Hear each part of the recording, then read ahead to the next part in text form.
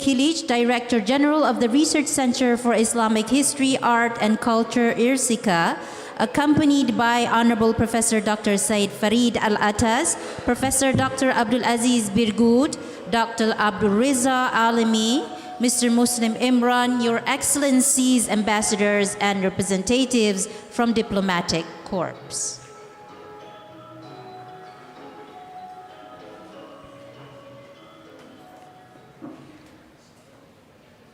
Distinguished guests, ladies and gentlemen, please be seated. Bismillahirrahmanirrahim. Rabbi shrah li sadri wa yassir li amri wahlul 'uqdatam min lisani yafqahu qawli. Alhamdulillahi rabbil alamin. Wassalatu wassalamu ala ashrafil anbiya'i wal mursalin wa ala alihi wa sahbihi ajma'in. In the name of Allah, most gracious, most merciful, praise be to Allah, the cherisher and the sustainer of the worlds, and blessings be on our Prophet Muhammad sallallahu alaihi wasallam, his family and his companions.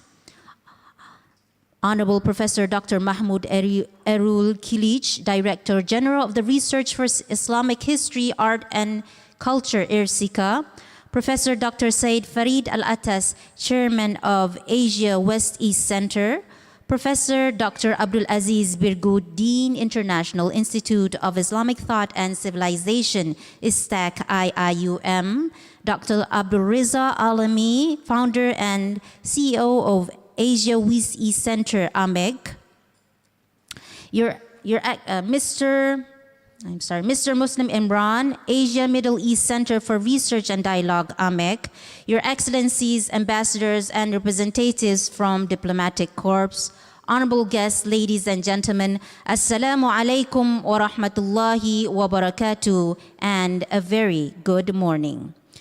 I, Dr. Nur Norman, the Master Sermon of today, would like to welcome you all to the two-day conference on the Ottomans and the Malay world. For your information, the conference looks at the historical, cultural, and political economic relations between the Ottomans and Turkic world on the one hand and the Malay world on the other. This offers an occasion for scholars, academics, researchers, and experts alike to revisit ideas, pursue answers, and search for synergies. The conference is to reflect on the past, explain the present, and deliberate on the future. Before we roll on with the welcoming speech, I would like to request Ustaz Osman Nordin, Religious Officer of the ISTAC-IIUM, to bless our event with the recitation of the Holy Quran.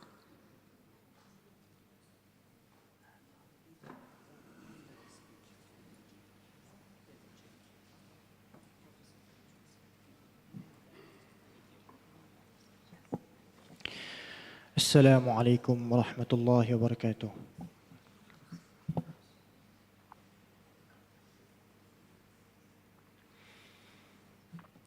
أعوذ بالله من الشيطان الرجيم. بسم الله الرحمن الرحيم. فضلا من الله ونعمة والله عليم حكيم. وإن طائفتان من المؤمنين اقتتلوا فأصلحوا بينهما فإن بغت إحداهما على الأخرى فقاتلوا التي تبغي حتى تفيء إلى أمر الله فإن فاءت فأصلحوا بينهما بالعدل وأقسطوا إن الله يحب المقسطين إنما المؤمنون إخوة فأصلحوا بين أخويكم واتقوا الله لعلكم ترحمون يا أيها الذين آمنوا لا يسخر قوم من قوم عسى أن يكونوا خيرا منهم ولا نساء من نساء عسى أن يكن خيرا منهن ولا تلمزوا أنفسكم ولا تنابزوا بالألقاب بئس الاسم الفسوق بعد الإيمان ومن لم يتب فأولئك هم الظالمون يا أيها الذين آمنوا اجتنبوا كثيرا من الظن إن بعض الظن إثم ولا تجسسوا ولا يغتب بعضكم بعضا أيحب أحدكم أن يأكل لحم أخيه ميتا فكرهتموه واتقوا الله إن الله تواب رحيم يا أيها الناس إنا خلقناكم من ذكر وأنثى وجعلناكم شعوبا وقبائل لتعارفوا إن أكرمكم عند الله أتقاكم إن الله عليم خبير صدق الله العظيم السلام عليكم ورحمة الله وبركاته Sadaqallahul Azim. Thank you, Ustaz Osman. Ladies and gentlemen, honorable guests, without further ado, may I respectfully invite Professor Dr. Mahmoud Erul Kilic, Director General of the Research Center for Islamic History, Art and Culture, IRSICA, to deliver his welcoming speech.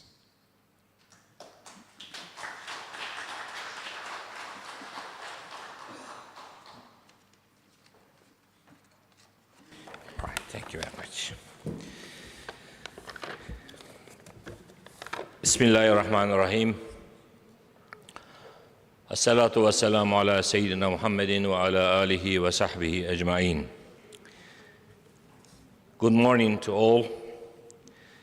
Professor Abdulaziz Barghouth, Professor Farid Al-Attas, Dr. Abu Raza Al-Alami, Your Excellencies, Ambassadors and representatives from Diplomatic Corps, distinguished guests, ladies and gentlemen, Assalamu alaikum wa rahmatullahi wa barakatuh. It is my distinct pleasure to greet you on the occasion of the International Conference on the Ottomans and Malay World. This is a theme that evokes shared memories from a long history between two worlds geographically distant from, but emotionally close to each other. The Malay world and Ottoman world evolved as mutually cognizant, positively interacting civilizational entities from past to present. Overseas trade and travel between Southeast Asia and Western Asia have linked the historical geographies of the two worlds to each other since pre-Islamic times. Diplomatic ties established between the Malay Sultanates and the Ottoman state, starting from the 16th century, laid the foundations of a long tradition of relations. The Ottoman archives, as well as the European archives, contain documentary evidence about the development of the relations in different centuries. The countries and communities of the Malay world, where the term Malay generally designates Muslim, and the Ottoman state that encompassed a large area of the Islamic geography, both have tied their international positions to Islam and Muslim world. This outlook continued in modern times. In the 20th century, the Muslim countries, born from the historical legacies of their respective civilizations, defined their development strategies and external relations by drawing support from references to Islam and its unifying power. Within the global dynamics of the period, the Muslim countries joined international organizations and also established their own, the OIC, Organization of Islamic Cooperation, in 1969. The Organization of Islamic Cooperation then named Organization of the Islamic Conference with Tunku Abdurrahman Putra al-Hajj, ex-Prime Minister of Malaysia, as its first Secretary General.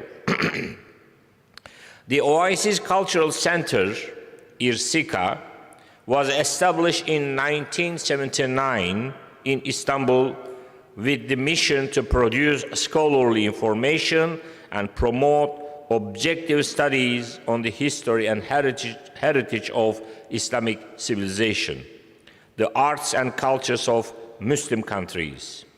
The assignment of this mission to ISTAC was an example of their references to Islamic spiritual frameworks and shared cultural heritage that marked Muslim countries' external politics during the second part of the 20th century.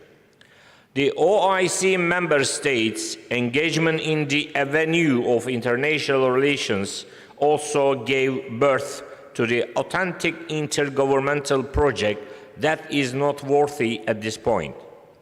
It was a research project implemented under the auspices of the governments of Brunei, Sultanate Brunei, Indonesia, and Malaysia, the three OIC member states in the region, from 1987 to 1995, with ISTAC as the research coordinator and Dewan Bahasa dan Pustaka, Kuala Lumpur, as the regional project secretariat. This interstate cultural initiative aimed to produce a comprehensive reference book about the history of Islamic civilization in the Malay world. Professor Saiyid Naqib Al-Attas gave the background paper for the project at the first regional workshop held in Kuala Lumpur in 1987.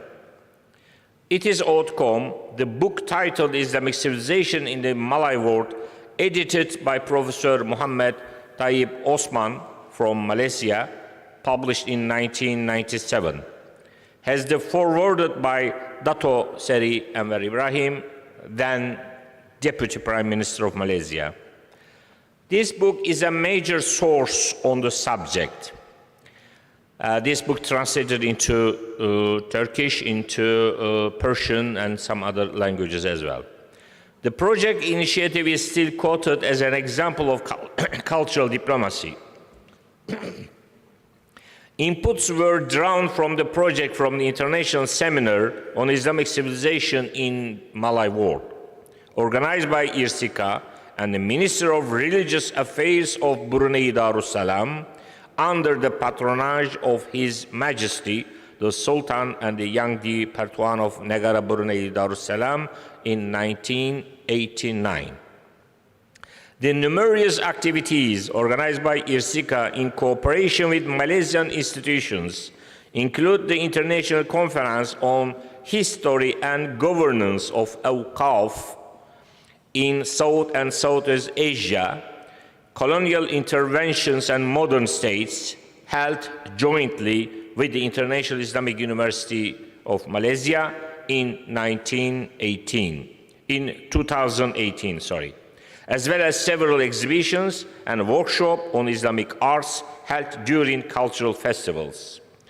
Within the framework of ISTAC's mission, I briefly described we are presently developing an integrative approach in ISTAC's work programs relating to different regions of the Muslim world.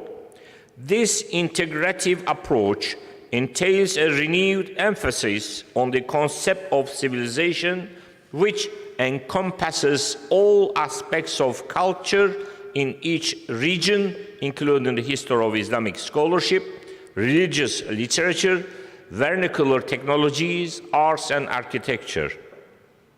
Drawing from ISTAC's experience of cultural cooperation in the Malay world and my own acquaintance with the region through my preceding mission as ambassador of Turkey to Indonesia, we hope to develop a new projects in cooperation with the esteemed institutions of Malaysia that would further promote information exchanges, academic and artistic interactions between the Malay world and the other regions of the OIC membership. With this intention, our contacts are underway to organize the first of our new conference series on the history of Islamic scholarship next year, jointly with the University of Malaya. Furthermore, Malaysian scholars and researchers are frequently participating in ISTAC's conferences co-organized in different member states, such as in Central Asian countries. Artists from Malaysia are taking part in ISTAC's calligraphy competitions and handicraft festivals, some winning awards. Malaysian calligraphers received ijazas in training programs organized by ISTAC. Lastly, in 2022, the Malaysian calligrapher Muḥammad Ubaida Amir bin Bumidin received his ijaza in Sulus Nesq style at ISTAC from master calligrapher Afzoluddin Kılıç. The present conference is another important step in our cooperation with the esteemed institutions of Malaysia. I believe it will further strengthen the research interest that is growing in the Western and Eastern academic circles and in the OIC member states about regional histories of civilization, which is also one of the ISTAC's priority subjects. I would like to thank the co-organizers for their excellent cooperation. I also thank the distinguished participants for their presence and their contributions. I wish success to the conference and thank you for your attention. Assalamu alaikum wa rahmatullahi wa barakatuh. Thank you.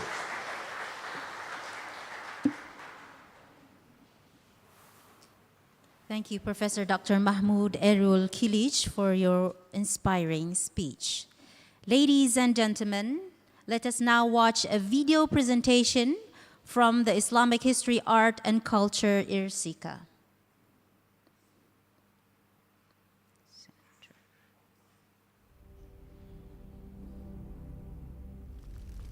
The Organization of Islamic Cooperation, OIC, was founded in reaction to the Zionist terrorist attacks perpetrated against the Blessed Al-Aqsa Mosque in August 1969.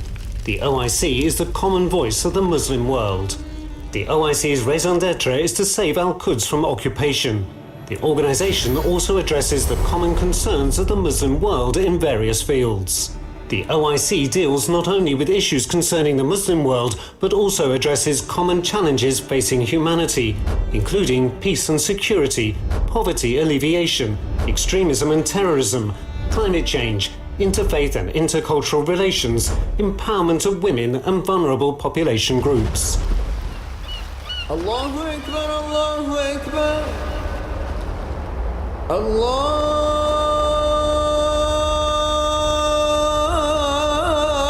Akbar,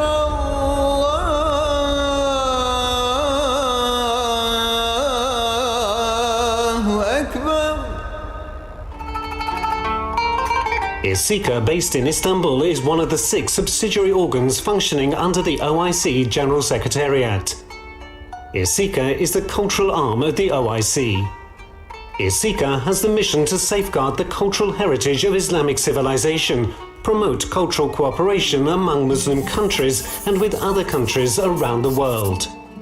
The idea to establish ISTAC-IIUM was proposed by the Deputy Prime Minister of Turkey, Professor Dr. Necmettin Erbakan, during the Conference of Foreign Ministers of the OIC member states convened in Istanbul in 1976 and unanimously adopted 2 years later. ISTAC-IIUM's logo symbolizes the harmonious unity of diverse communities brought together upon the cultural grounds under the umbrella of the crescent. The abbreviation ISTAC-IIUM consists of the initials of the words Islamic, Research, Center, History, Culture and Arts in its name arranged for ease of pronunciation. Part of the Quranic verse, O mankind, we created you all from a male and a female and made you into nations and tribes so that you may know one another, is adopted by ISTAC-IIUM as its motto. The OIC strategy of action is drawn by the Islamic Summit Conference and implemented by the Council of Foreign Ministers of the member states. The Centre's annual work programs prepared by the Governing Board and the Directorate General are adopted by the Islamic Commission for Economic, Cultural and Social Affairs, which functions under the Council of Foreign Ministers. ISTAC-IIUM implements its activities in accordance with these programs. ISTAC-IIUM's first Director General was Professor Dr. Doğan Kuban, succeeded in this post by Professor Dr. Ekmelettin İhsanoğlu and Dr. Halit Eren. The Centre's current Director General is Professor Dr. Mahmut Erol Kılıç. ISTAC-IIUM started its activities in 1980 in headquarters allocated by the Turkish government within the historical Yıldız Palace complex. The buildings named Saiyid, Chik, Yerevan and Silahane within the Yıldız Palace were allocated for the centre's use over the years. ISTAC-IIUM's headquarters were relocated in 2017 from Yıldız Palace to the buildings allocated to its use by the Presidency of the Republic of Turkey in the Bab-i-Ali complex. The building, which was used as the Hazine-i Evrak State Archive during the Ottoman period, now houses the Directorate General. The 4 other buildings are allocated to the Research, Library and Archive, Administration and Finance, Information Technology departments. ISTAC-IIUM's program of activities is implemented by the Research and Publications and Library and Archive departments under the supervision of the Director General. Studies on the Holy Quran. ISTAC-IIUM started its studies on the Holy Quran with research on the Mushafs, copies attributed to the period of the Caliph Othman bin Affan and located respectively in the Topkapı Palace Museum and the Manuscripts Library in Cairo. Studies were conducted on other early copies of the Holy Quran located in different cities around the world. ISTAC-IIUM's publications include a bibliography covering the translations of the Holy Quran published in world languages starting from the invention of the printing press until 2015. The Centre also published 3 bibliographies of translations in manuscript form. After the international conference it organised on the 1400th anniversary of the revelation of the Holy Quran, the Centre continues to monitor the scholarly and educational activities taking place in the field of Quranic studies throughout the world. Islamic civilization and Muslim countries. The Centre conducts research and publishing about the history of Islamic civilization and cultural interactions between peoples of different faiths. It encourages the progress of scholarly studies in these fields. ISTAC-IIUM carries out these activities in cooperation with cultural institutions and universities in different countries, within and outside the Muslim world. Subjects covered by its studies on Islamic civilization include the works of prominent Islamic scholars and philosophers having left their marks in the history of culture. Subjects covered by its studies on Islamic civilization include the works of prominent Islamic scholars and philosophers having left their marks in the history of culture. ISTAC-IIUM also conducts research and holds conferences on cultural interactions between the Muslim world and other civilizations and publishes the outcomes of these activities. cultural and architectural heritage. ISTAC is the subsidiary of the OIC in charge of research on cultural and architectural heritage in the Muslim world and preservation of the assets of this heritage. The mandate of ISTAC also includes the assessment, registering, study, restoration and conservation of Islamic cultural heritage properties around the world. The Centre also organises congresses, exhibitions, training programmes and publications on various aspects of cultural heritage in cooperation with the General Secretariat, the Member States' institutions and international organisations. The Islamic Architectural Heritage Database, established with sponsorship from the Al Turath Islamic Heritage Foundation of Saudi Arabia, is being developed and expanded for the purpose of recording the architectural heritage properties of the Muslim world, particularly Al-Quds and Palestine, and strengthening awareness about them around the world. ISTAC conducts projects to promote international cooperation for the restoration and preservation of architectural and artistic heritage properties that are damaged, destroyed or under threat in regions of conflict.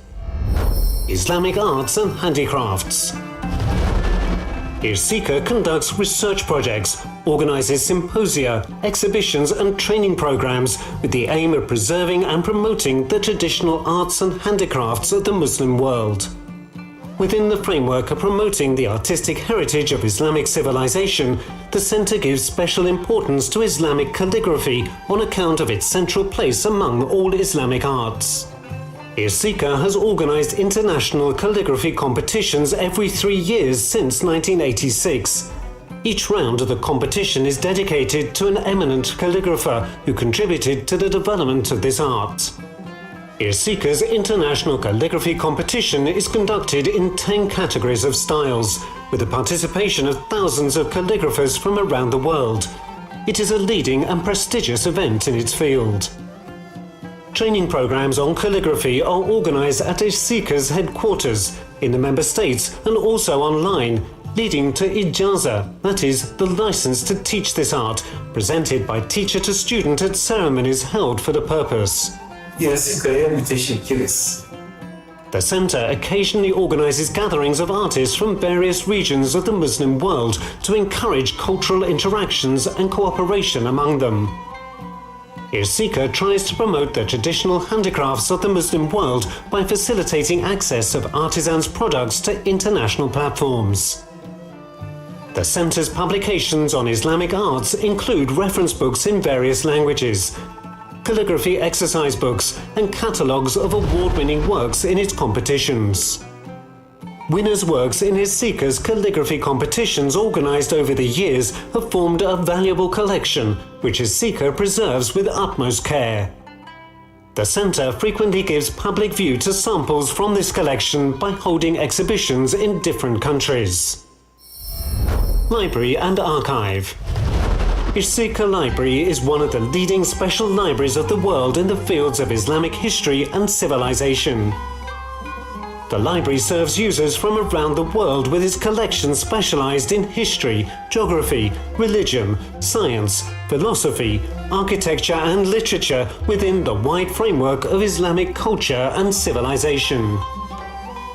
ISTAC's library collection contains 90,000 volumes of books, 22,000 volumes of periodicals, along with maps, grey literature, manuscripts, off-prints and visual materials.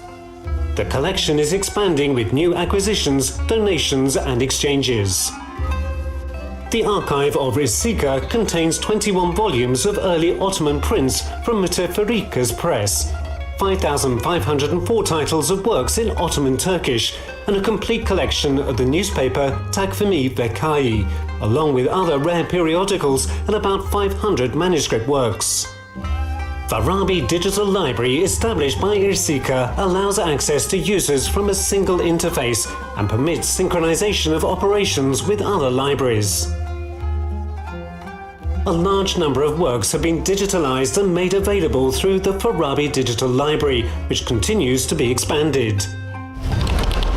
The optical character recognition (OCR) facility provided to users of the digital archive allows conversion of printed texts into electronic copies operable in Word formats. the OCR system for Arabic script, which was applicable to Arabic, Persian and Urdu only, has been adapted by ISTAC to the Ottoman language, allowing word search in Ottoman language texts. ISTAC Library also has the mission to preserve the works that are part of the written cultural heritage of OIC member states. In this connection, it organises training programmes on the restoration and preservation of old books, manuscripts and archived documents, which are attended by experts from the member states. We are a great family here in ISTAC. We are coming from different backgrounds, from Sub-Sahara Africa, from North Africa, from Middle East, from Central Asia, from Anatolia, from many different Muslim countries. Many researchers, many academicians from different fields in architecture, art and calligraphy, and also historians are working together here, and we are producing valuable contributions to the human heritage in past and present, and I hope in future, inshallah.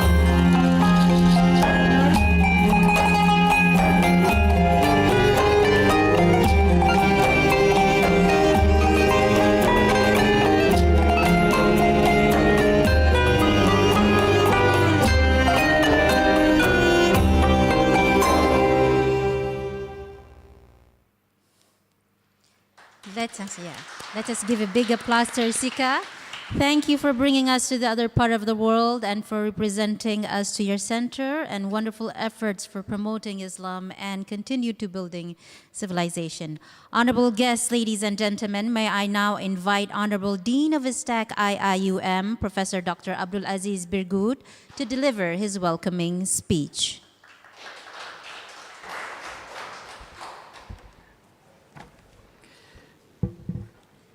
Assalamu alaikum wa rahmatullahi ta'ala wa barakatuh.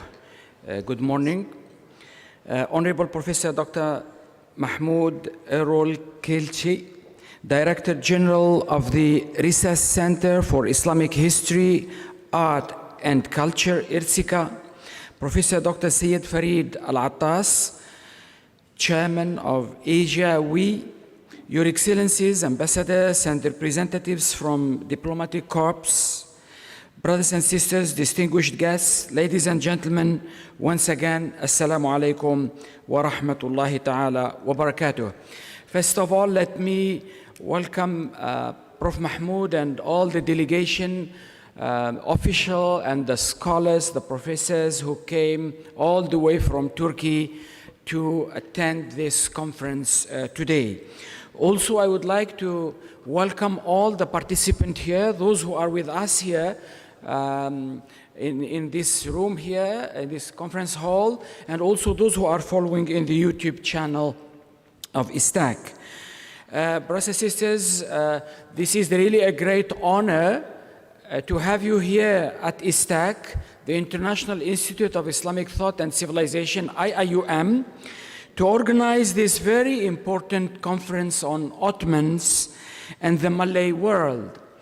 It is really a great honor to see that our interest in this area of studies is escalating, especially here from the perspective of ISTAC and IIUM, and also the collaborators who are with us here today.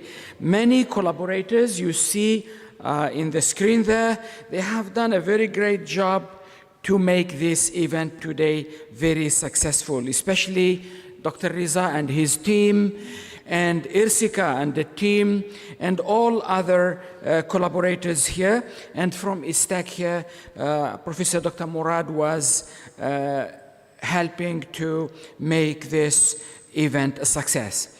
Your Excellencies, brothers and sisters, ladies and gentlemen, from the perspective of ISTAC-IIUM, we have a very much strong interest in what we call Malay world and Ottoman studies, or Ottoman Turk studies.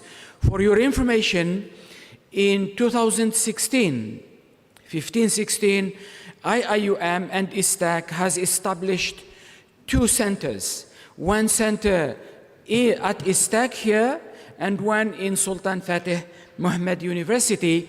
The center is Center for Malay Worlds and Ottoman studies here. And in Sultan Fatih Mehmet University, it was the Center for Ottoman Studies and Malay World.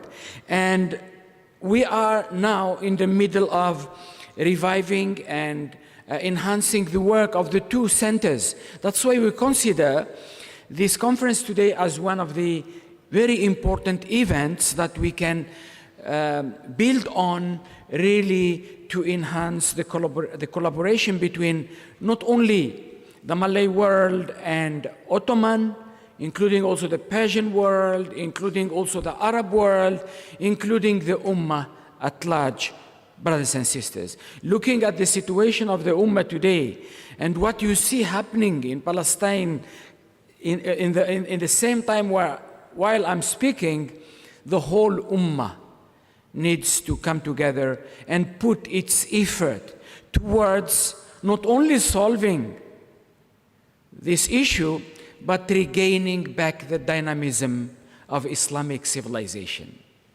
to play a greater role in the Ummah. The more we are weak and the more we are disunited, our situations will be more hard in the future. So brothers and sisters, I think this is a great opportunity here to have scholars speaking about the Ottomans and the Malay world, and trying to look at the history, the economic areas, the cultural. I think strategically speaking, our thinking should be not only about the history and about what we have to do in the present now, but it's more how we chart and manage our future for a better relations, better culture, better civilization, and strong ummah in the future, brothers and sisters. Not only for the ummah, it's for the world. As you see today, what's happening and what is the Western worldview and Western civilization, how it puts the world in all what you see today, I think Islam has a greater role, and Islamic civilization has a greater role to play in the future, brothers and sisters. So when it comes to our role in this institute here, ISTAC, as I saw the video of Ersica, it's really something amazing. And it is under OIC. Means we have 57 Muslim countries who can contribute immensely to the development of culture, civilization, arts, literature, and relations.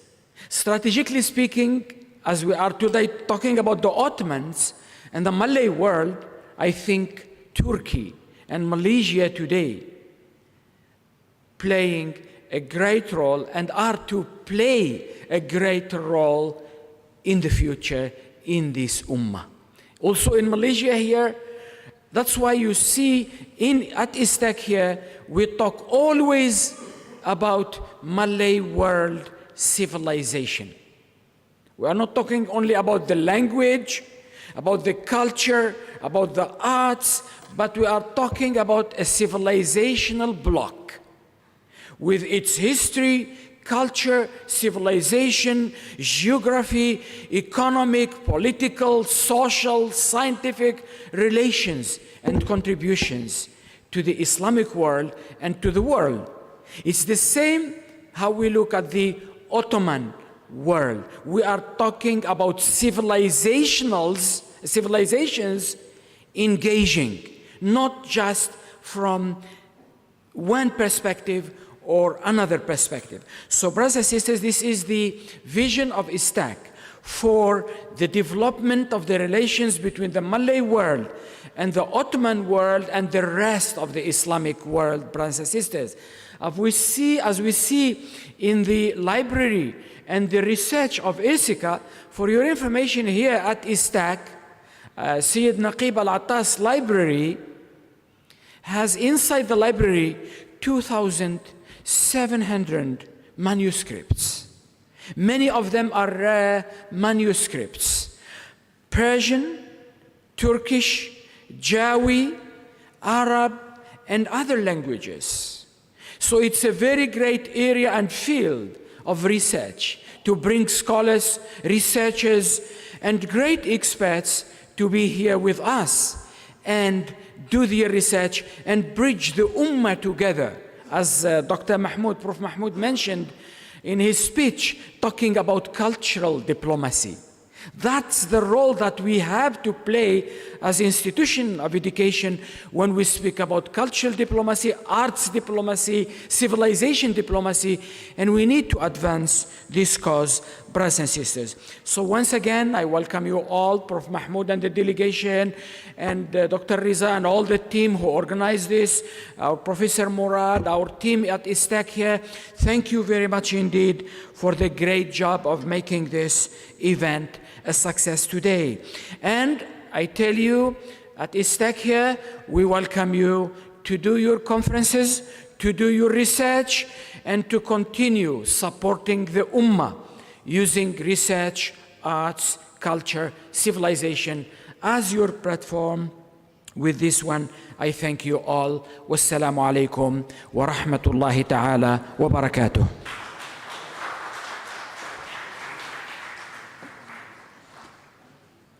Thank you very much, Professor Dr. Abdul Aziz, for your wonderful speech.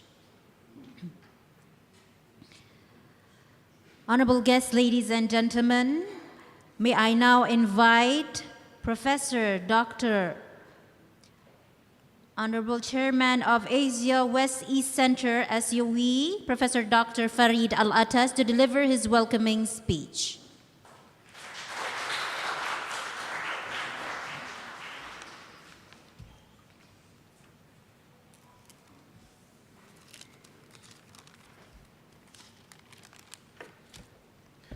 Assalamu alaikum wa rahmatullahi wa barakatuh.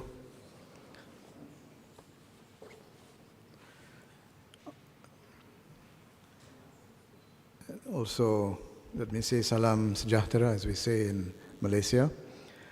Honorable Professor Dr. Mahmoud Errol College, Director General of the Research Center for Islamic History, Art and Culture. Professor Dr. Abdul Aziz Barghouth, Dean, International Institute of Islamic Thought and Civilization.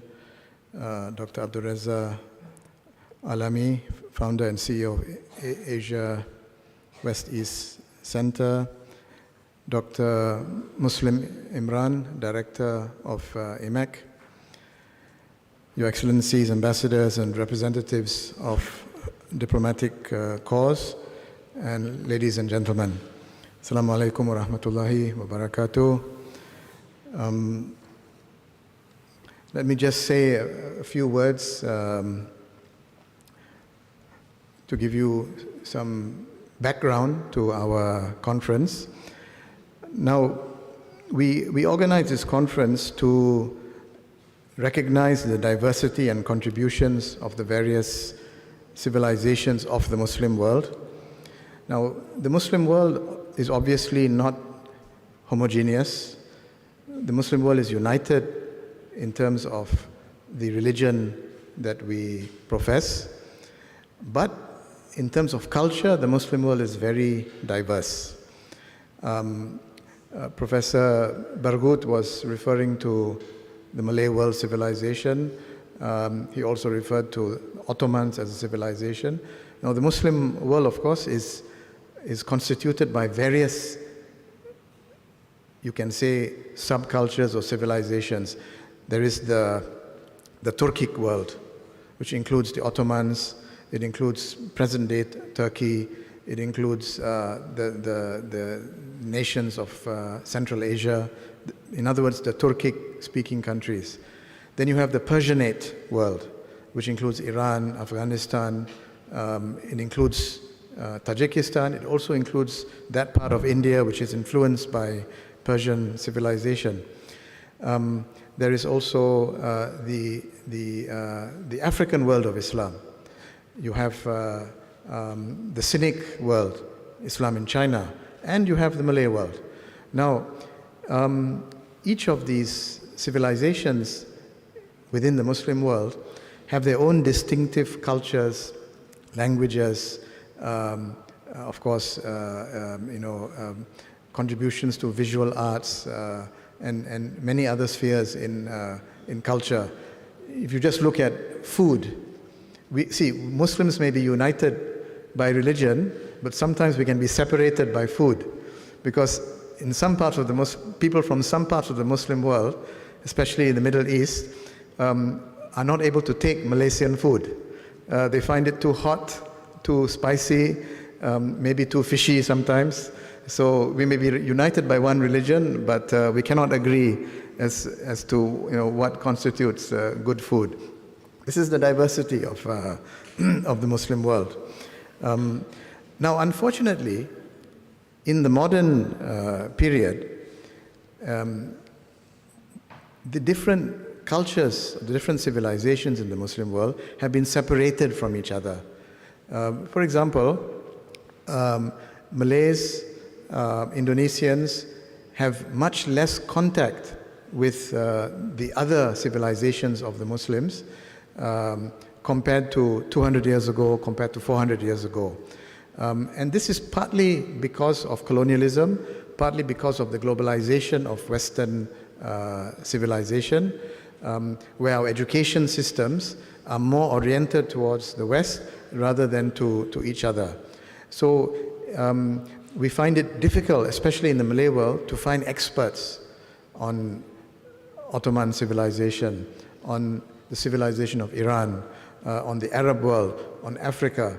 We have very, very few experts in Malaysia, Indonesia, Singapore, Brunei, who specialize in these other regions, who are experts on the politics, the history, the culture, the language of other parts of the Muslim world. So this conference, with the help of all our, with the contribution of all our co-organizers, is a modest effort to improve contact and awareness of each other. We have organized conferences in the past on Iran and the Malay world. We hope to do a similar conference on Yemen and the Malay world, on Africa and the Malay world. A few weeks ago, we organized a conference on Palestine and colonialism. And, since we are referring to Palestine and we are referring to colonialism, we must be clear that the conflict of the last 70 years is not a religious conflict, and it is not a conflict of Islam against Judaism. And I say that because we see that today we have some quarters, some groups regarding this as an anti-Jewish movement, an anti-Semitic movement when we criticize the policies of Israel against Palestinians. But when we look at our history, when the Caliph Omar ibn al-Khattab arrived in Jerusalem and met the patriarch or the leader of the Christian community, he was shocked to find out that there were no Jews in Jerusalem. And this is because the patriarch informed him that the Romans had expelled the Jews from Jerusalem. They did not want any Jews to remain in Jerusalem. And one of the first things that the Khalifa Omar did was to bring back dozens of Jewish families to Jerusalem so that a Jewish community could be established in Jerusalem. This is the nature of the attitude and the akhlaq and the culture of Islam, a multicultural, multi-religious sentiment, which is the foundation of Islam. And this is the kind of culture that we hope to contribute to reviving with these, partly through the organization of these conferences. I'm very grateful for the cooperation of our co-organizers and wish all of you 2 good days of discussion and mutual learning. Thank you very much. Wassalamu alaikum wa rahmatullahi wa barakatuh.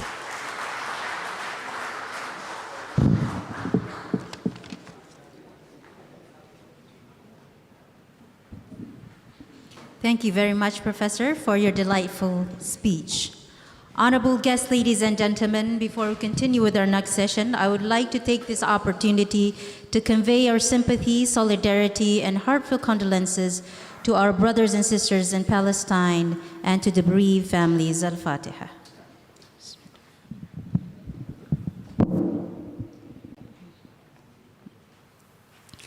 Ladies and gentlemen, and now for the book launching ceremony of The Middle East and the Malay World, Contemporary Issues and Future Challenges, edited by Dr. Abdul Reza Alami and Dr. Muna Bilgrami.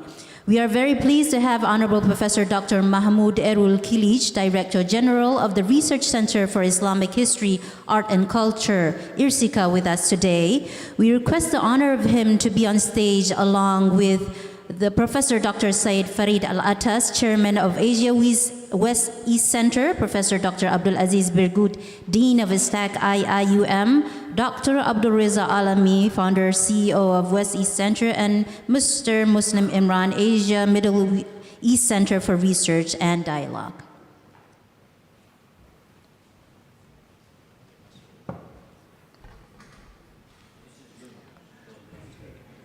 Yes.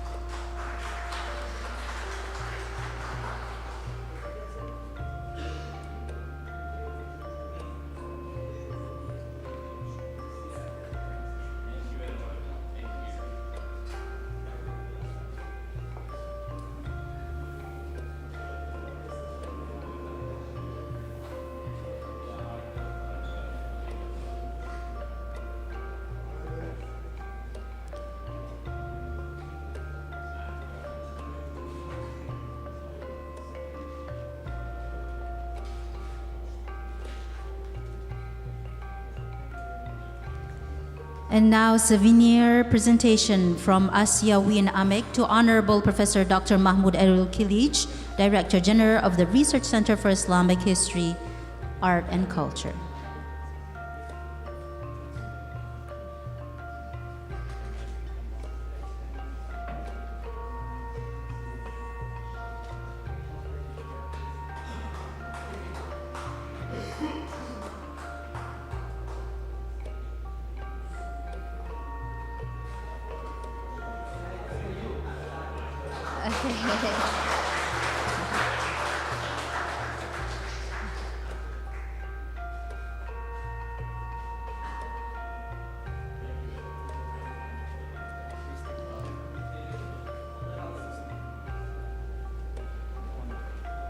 And now, souvenir presentation from ISTAC-IIUM to Honorable Professor Dr. Mahmoud Erul Kilic, Director General of the Research Center for Islamic History, Art and Culture.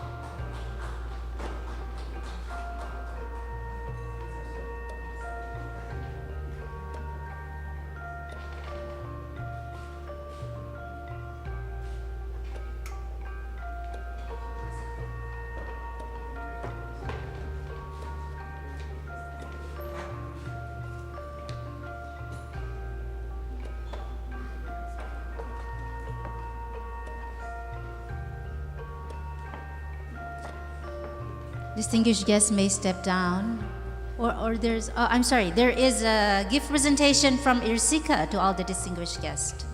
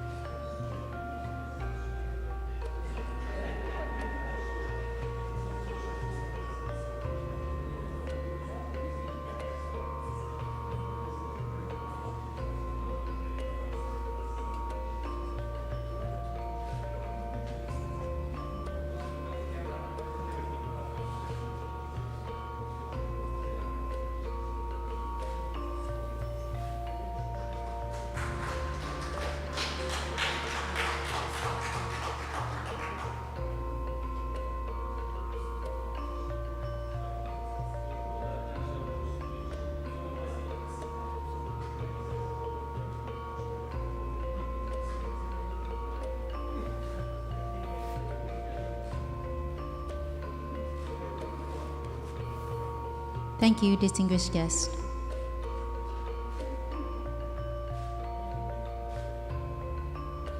Distinguished guests may step down from the stage. Oh, you want another picture together? Inshallah. You want another picture? No? Okay. You may step down for the next session, inshallah.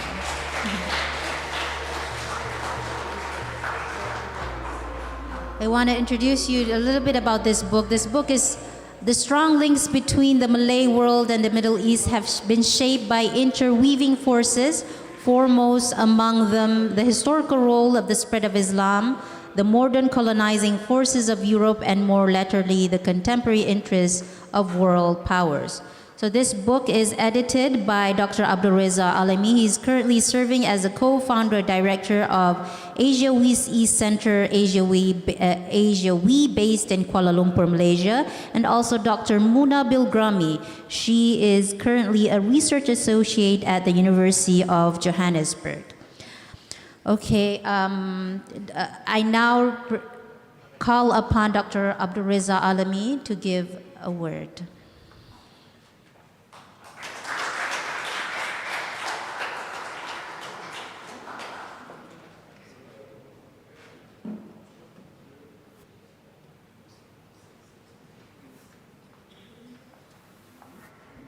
Assalamu alaikum. I'm not the speaker, just do some things about yeah. Just would like to organize some conference, but first I would like to thanks for the distinguished guest and participate in this conference. And first I would like to thanks to Dr. Mona Bilgrami. She's the main editor of this book. Just I help him about the collect the articles and to communicate with all of the authors and also contributor. I want to also thanks the Prof. Farid Alatas. The Prof. Farid Alatas for me is the inspiration peoples for all of activity in Malaysia. And also I would like to thanks for Dr. Muslim Imran.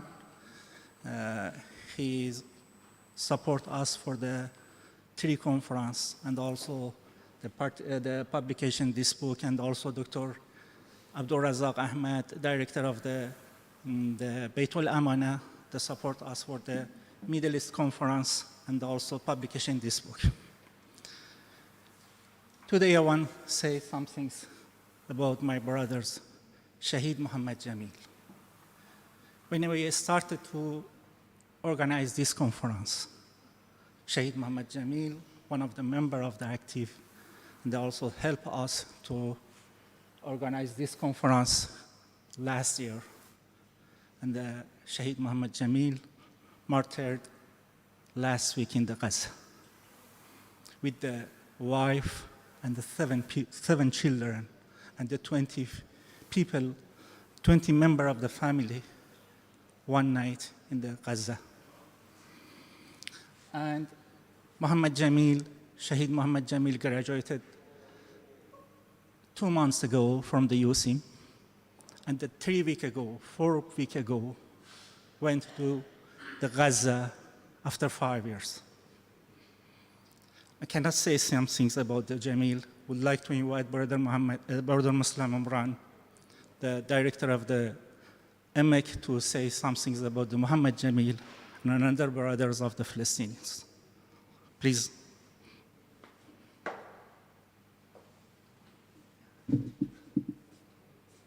Assalamu alaikum wa rahmatullahi wa barakatuh. I know this is an intellectual convention today, but since Dr. Reza brought up the issue of the passing of Dr. Muhammad Jamil, I think I should highlight what's happening now in Gaza. Of course, Dr. Abu Jamil, as we used to call him, was one of the team members of AMIC. He was the executive director of our center. And he joined us in writing one of the book chapters. One of the chapters was actually co-authored by him, myself, and another colleague. He was a good soul. He was a good person. Everybody who knew him knew he was a kind-hearted man. We've never imagined that we will never see him again. The Israeli war machine decided that his visit to Gaza was the last. He could have been with us here today. My brothers and sisters, as we speak, the number of Palestinian casualties is beyond 2,000, and we are talking about civilians. The number will continue increasing as long as the Israeli war machine continues to attack Gaza. I want, in a very brief highlight, to bring your attention to two very distinct and different images of the war in Gaza now. One that we saw on Saturday, and you can see the videos now, they are circulating all over social media, how the Palestinian freedom fighters performed in the battlefield. As recent as this morning, a video was released by the Palestinian resistance groups showing how they were treating the Israeli children with kindness, with respect. They have avoided hurting any child or any civilian innocent. There are many videos proving that, despite the lies of the Israeli propaganda machine and, unfortunately, the American administration as well. And on the other side, the way the Israeli administration is treating Gaza, they are not targeting military targets, they are massacring thousands, they are committing genocide, they cut off water supply, electric supply, food supply, medical supply from Gaza. They are not allowing people in or out of Gaza, and now this morning they announced they are going to cut off the internet supply to or coverage to Gaza in order to prevent people from showing what's happening. It's a very stark difference between what they're doing and what the Palestinian freedom fighters were doing. Back to Brother Abu Jamil, he had plans to continue working with us as the coordinator of the Palestine Study Circle. He, in fact, on the first day of war, when I communicated with him, mentioned that we should do some session to discuss what was going on in Gaza, but unfortunately that session never materialized. Please remember him in your dua and the thousands of innocents who are being massacred now. There's a lot that we can all do. The minimum is talking about the situation, and I thank Dr. Abdul Reza for bringing this and for this opportunity. Thank you, everyone, and I would like to call for another recitation of Al-Fatiha for the late soul of Dr. Abu Jamil and his family and everyone who is being massacred now in Gaza. Bismillah.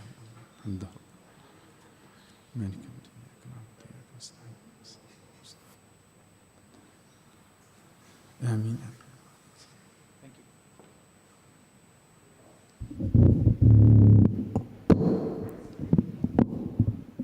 Ladies and gentlemen, thank you everybody for gracing our session till now.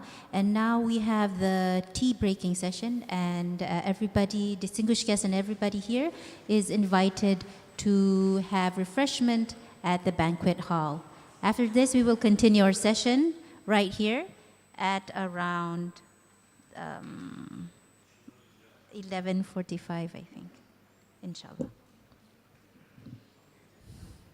Please, everybody.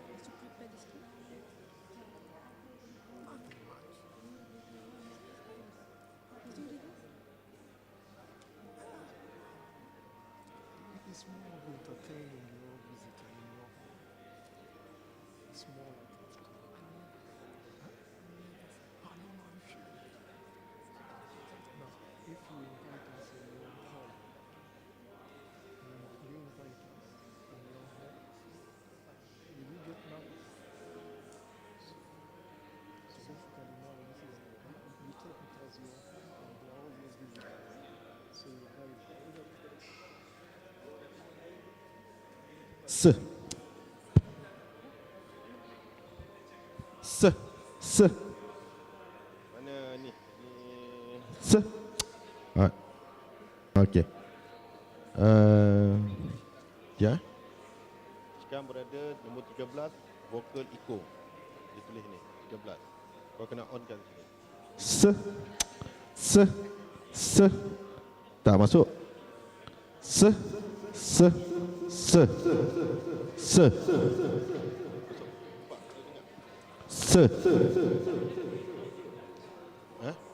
Ni dia ada nombor 13 vocal untuk reverb echo.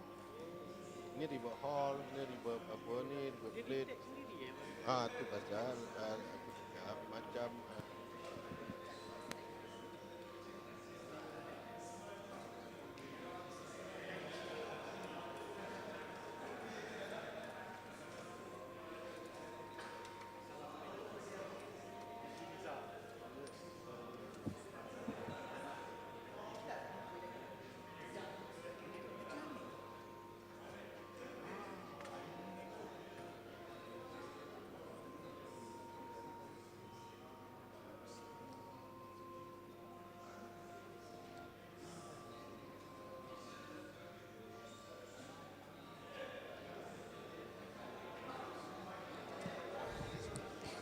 Assalamu alaikum. We will begin our session in 2 minutes.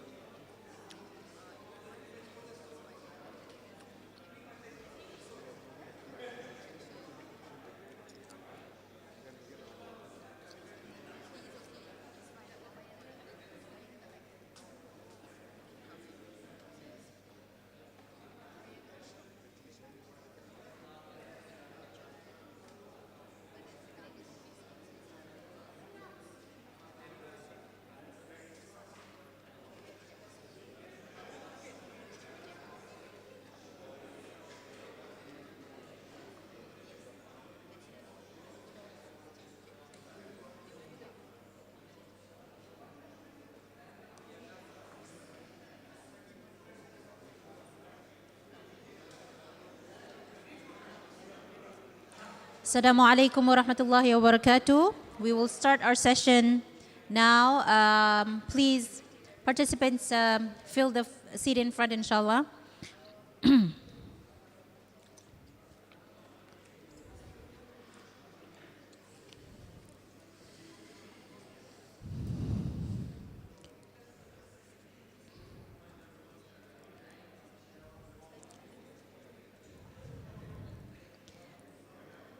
Bismillahirrahmanirrahim.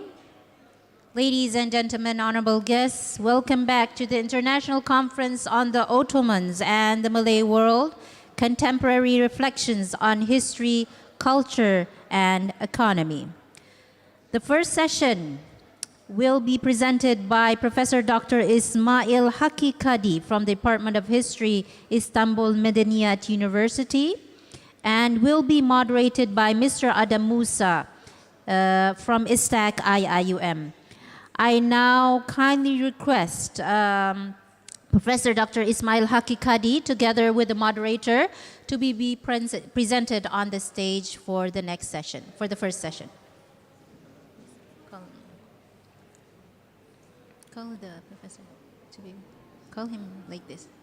Yeah. Hey, together with him, call him. Oh, okay, all right.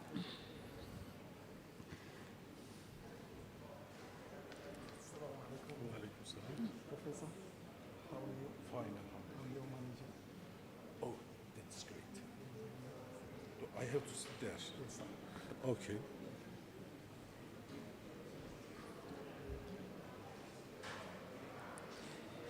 Thank you very much. I now hand over the session to our moderator.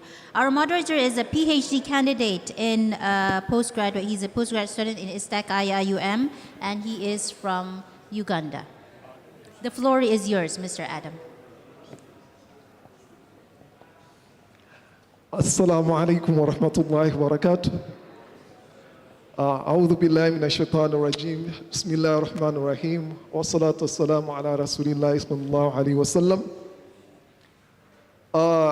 Respected participants, all protocol observed, I welcome you to this first session, bi'idhnillah. With me, we have our respected presenter and our professor, who is going to give us the first presentation. Before we go to that, allow me to do some little introduction before he can start his presentation. Members, I would like to take you a little bit back to trace the relationship between the Ottoman Empire and basically the Malay, the Malay side of the world. It all started in around 632 or 30, when the Prophet ﷺ prophesied about the Byzantine Empire. Then by around 1414, something strange happened in this part of the world where Islam got its foothold in this part of the world.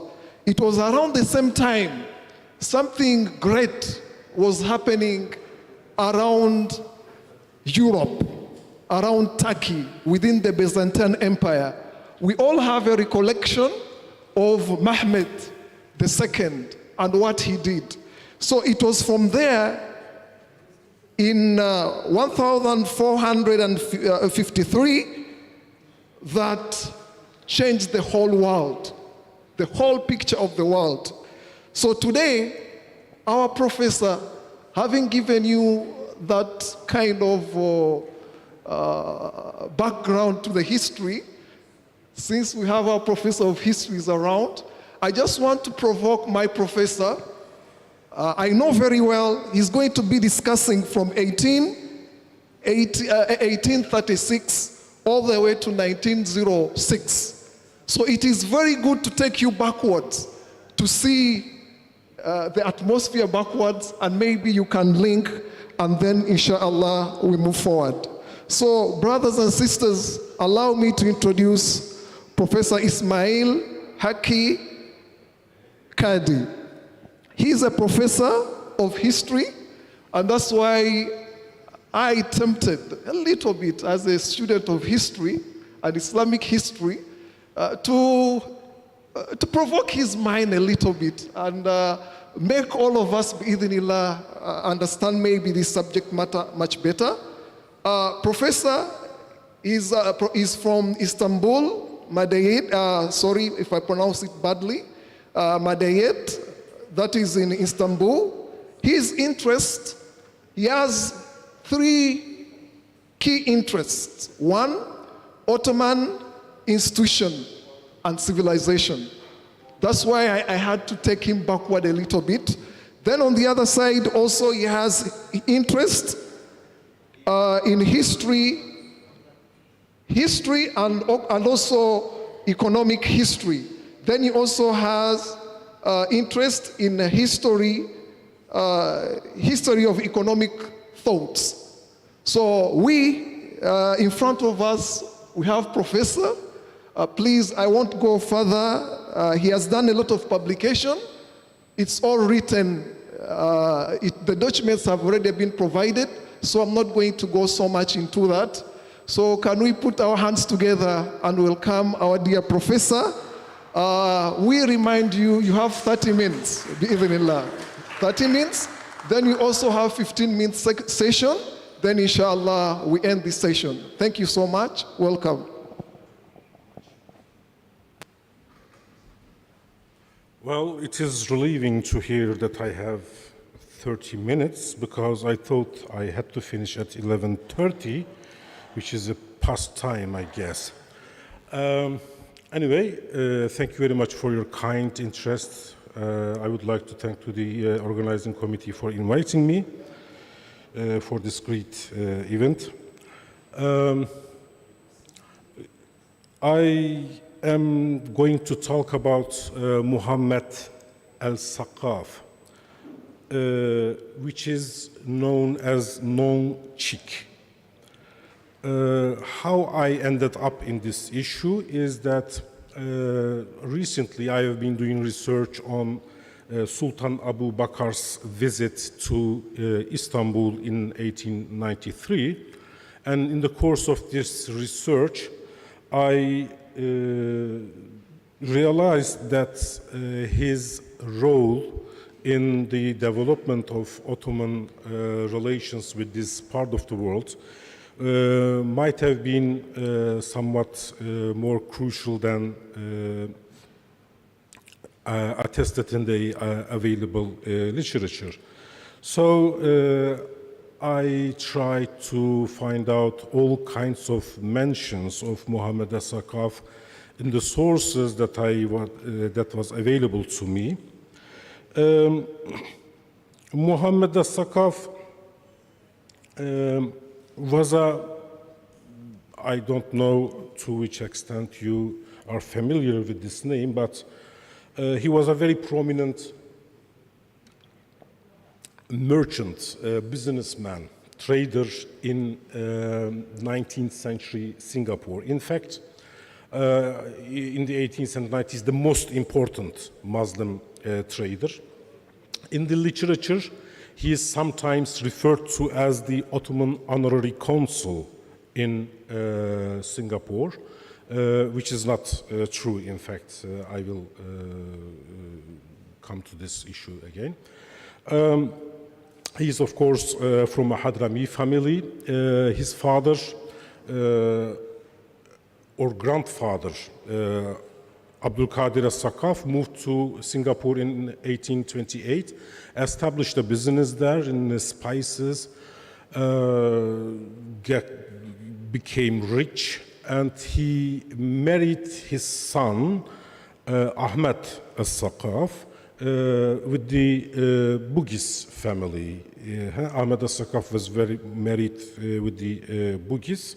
So with the accession to the local nobility, on the one side they had a financial capital, business capital. On the other side they were able to gain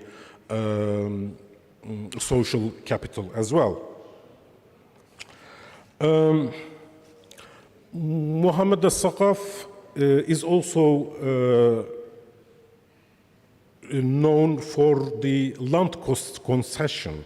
he obtained from the Sultan of Johor, Sultan Abu Bakr. This concession might be in 1880s, I guess. I haven't been able to find the exact date of this land concession, but the family was a close associate of the Johor dynastic family.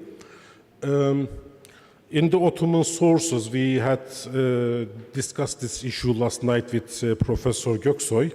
In the Ottoman sources, the relationship between Sultan Abu Bakr and Muḥammad As-Saqqāf is always mentioned as,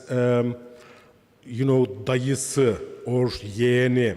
This means nephew or uncle.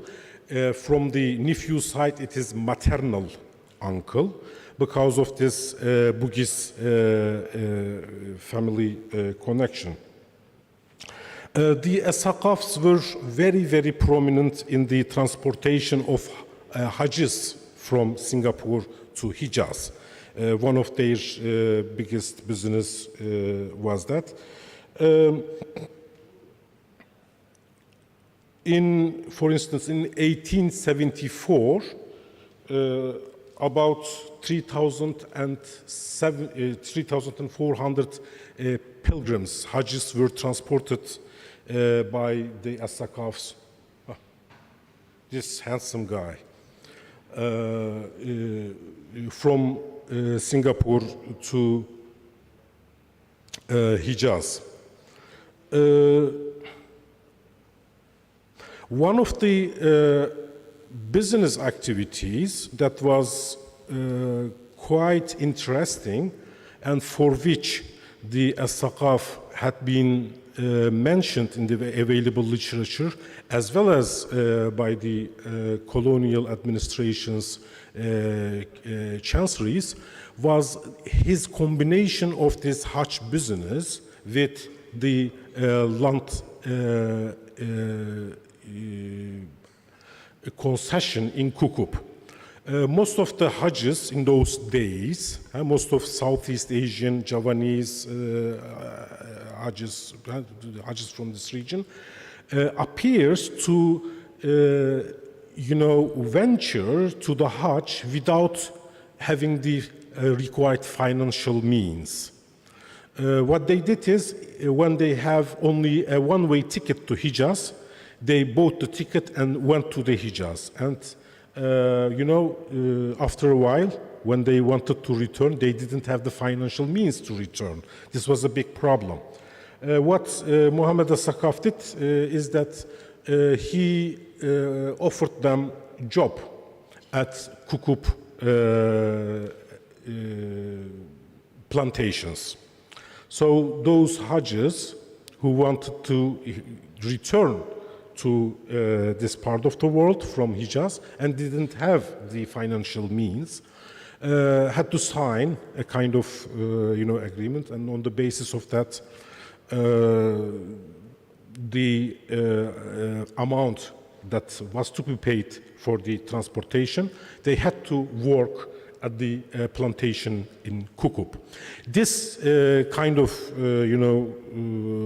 arrangement of business had been quite extensively discussed by the British and Dutch colonial administrations of those times.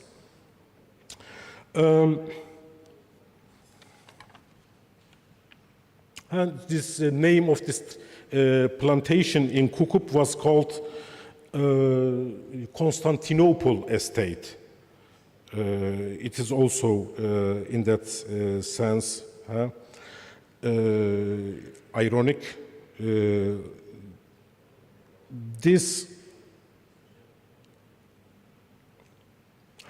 Anthony Reid refers to Muḥammad As-Saqqāf as the most influential Muslim in the 18th and 90s in those years. Now, he is probably from among the Muslims of this part of the world in the 19th century, the most frequent visitors of the Middle East and Istanbul.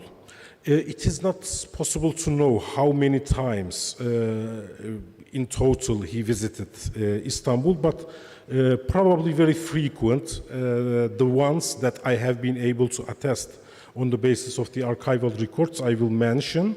But we should know and agree that the travels that he made to the Middle East, to Hijaz and to Istanbul were much beyond what have been documented in Ottoman source material. The first visit of As-Saqqāf to Istanbul that is documented in Ottoman sources dates to 1889 when he was decorated with an Osmani of the third rank. This is the first mention of his presence in Istanbul. But because of his business activities, he was very closely associated with Hijaz, and one of his brothers, nephew, Ömer As-Saqqāf, stayed in Hijaz to arrange Hijaz part of the business. After 1889, As-Saqqāf appears in the Istanbul newspapers in 1991, and this is related to Ertuğrul Frigate's visit to Singapore. This Ertuğrul Frigate, I don't know to which extent you are familiar with it. It was an Ottoman warship that was sent to Japan to increase the mutual relations, and this ship called for a rather prolonged period of time in Singapore because it needed some reparations as well. It was from November 1889 to March 1890 that he stayed in Singapore, and during this stay Muḥammad As-Saqqāf appears to have hosted the crew of the frigate at his mansion several times, not only one, several times. And this hospitality shown to this crew was overwhelming, and one of the crew members wrote a letter for Istanbul newspapers. Which one? Sabah, probably.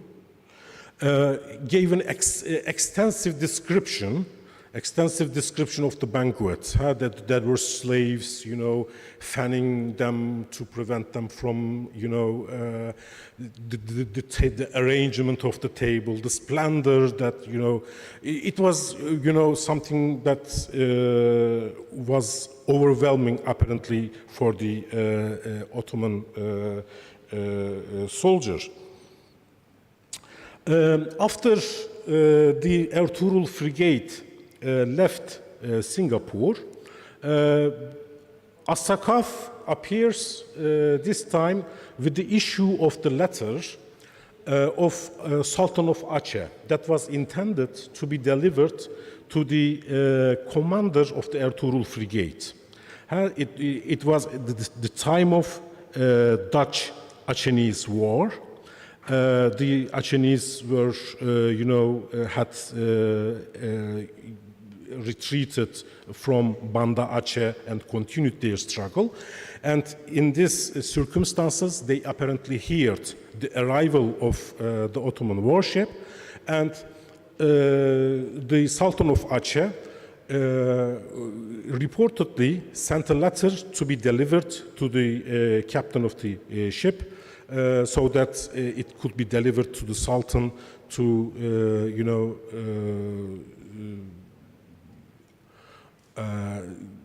inform him about the situation in Aceh. So as the Ertuğrul Frigate had already left, the letter was reportedly delivered to As-Saqqāf, Muḥammad As-Saqqāf. I haven't been able to find this letter out in archives in Istanbul, but the Dutch sources do provide a summary of it. Apparently, through informants, they were able to obtain the content of the letter. After this information that the letter arrived at the hand of As-Saqqāf, Muḥammad As-Saqqāf left for Istanbul. That is at least what was reported in the diplomatic circles in Singapore.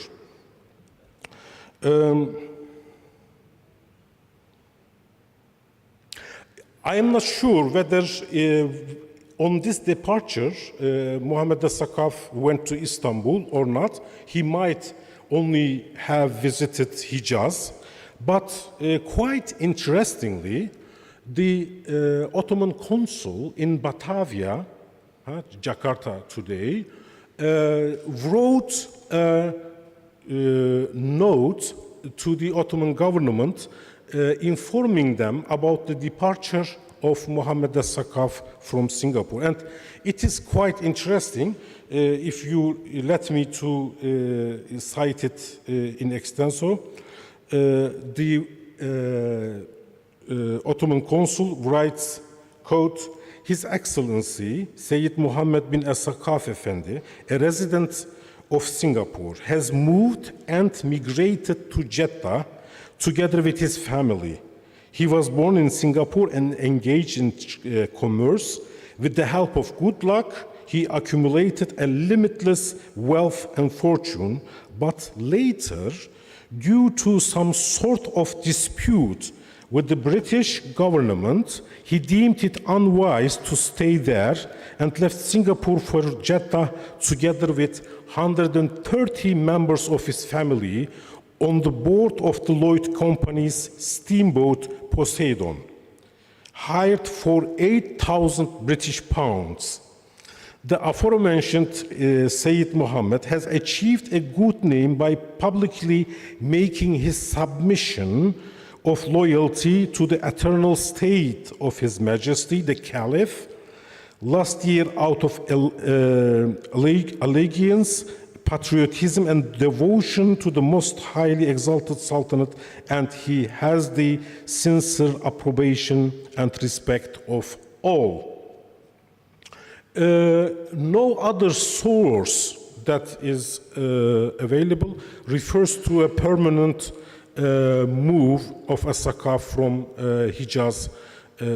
from Singapore to Hijaz. But in this period of time, as I said, the rumor was that he left for the Middle East to deliver the letter of Sultan Dawood of Aceh, and the dispute that might be the dispute that the Ottoman consul refers to might be probably because of this interaction with the Sultan of Aceh at that time, which of course provoked the Dutch, and they might have led to this kind of crisis. Anyway, as I said, no, in the Ottoman archives you couldn't locate this kind of document, and the move was not permanent, because we know that in 1892 Muḥammad As-Saqqāf was again in Singapore.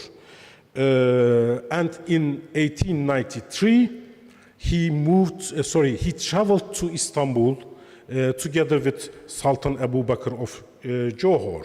In a very short period of time, goes and returns, as you see.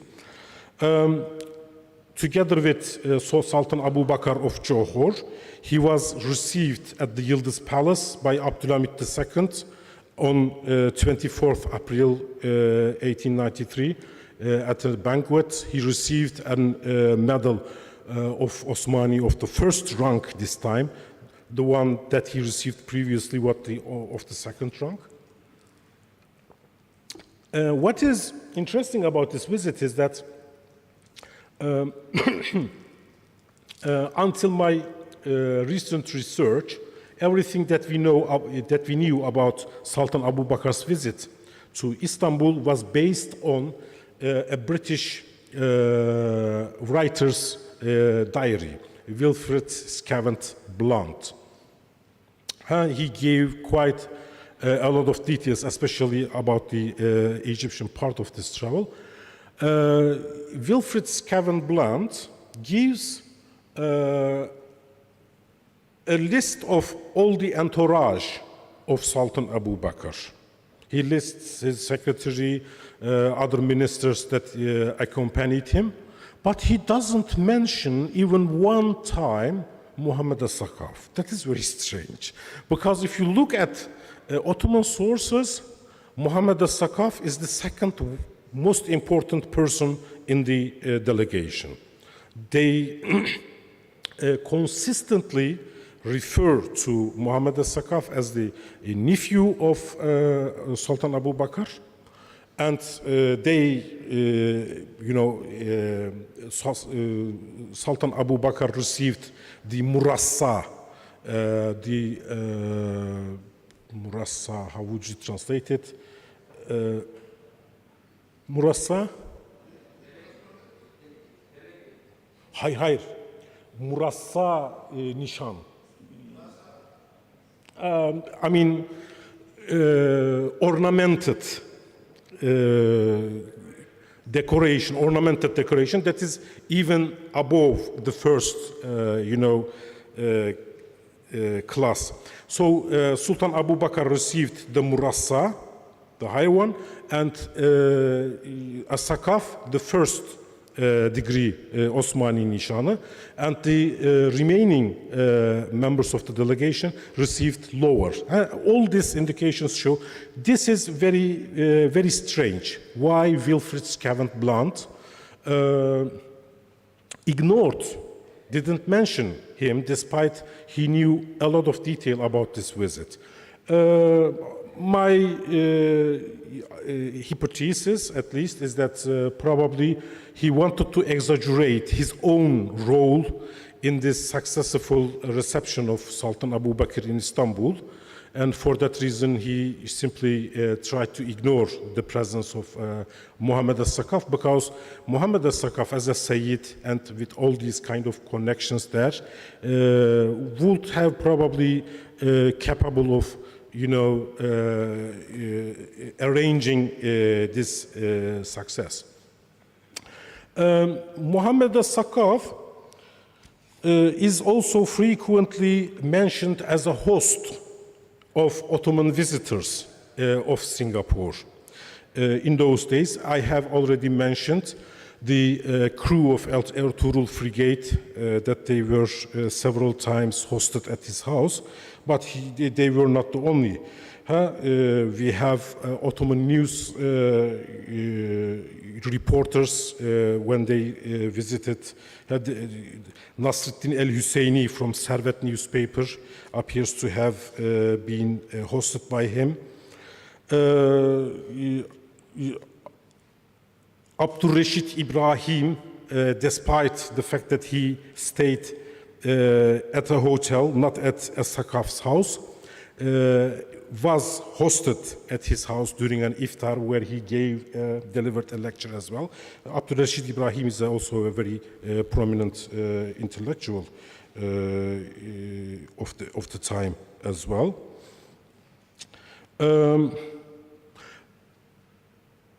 Later on, the family continued this tradition of hosting Ottoman dignitaries at their arrival in Singapore. One of them was Vecih Efendi, about which our Hoca Göksoy, Professor Göksoy will deliver a paper. but this was, of course, after Muhammad As-Saqqāf's death. It was Muhammad As-Saqqāf's son who continued this tradition. Unfortunately, we do not know whether this advisory committee, Nasihat Heyeti, that arrived in Singapore from Istanbul in 1901, whether they had any contact with the As-Saqqāf family or Muhammad As-Saqqāf himself. The Straits Times reported the arrival of the committee in Singapore and gave also a very short, interview report from Mirliva Enver Pasha. But not much details we have about it.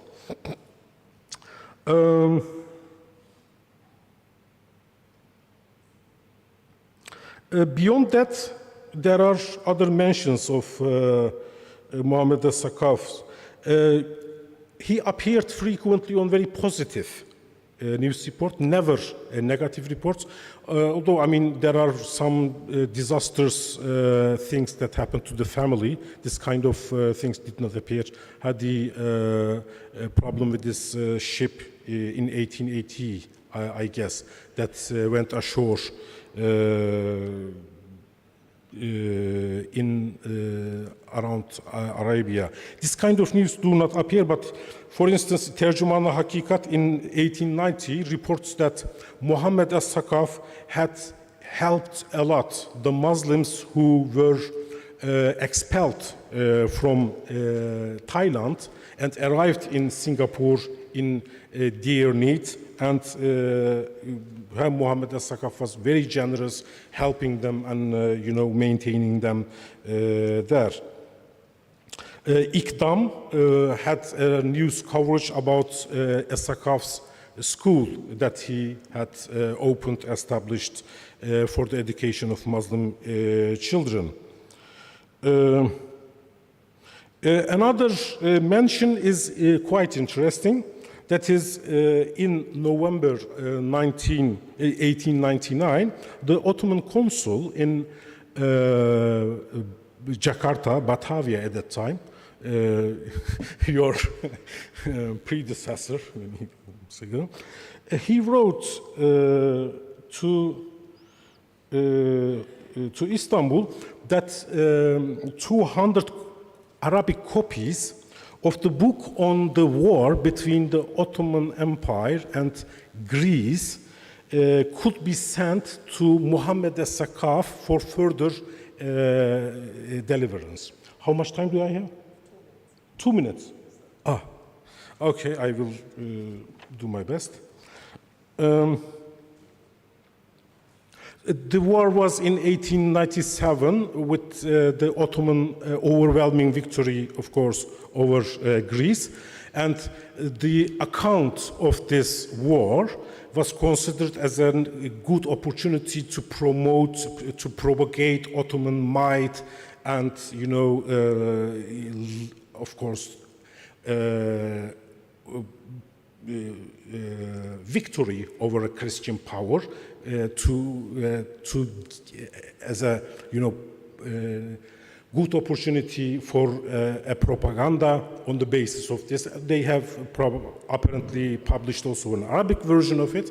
So this was to be delivered to Muhammad As-Saqqāf in Singapore for further development. And this shows that he was very embedded in this entire network of,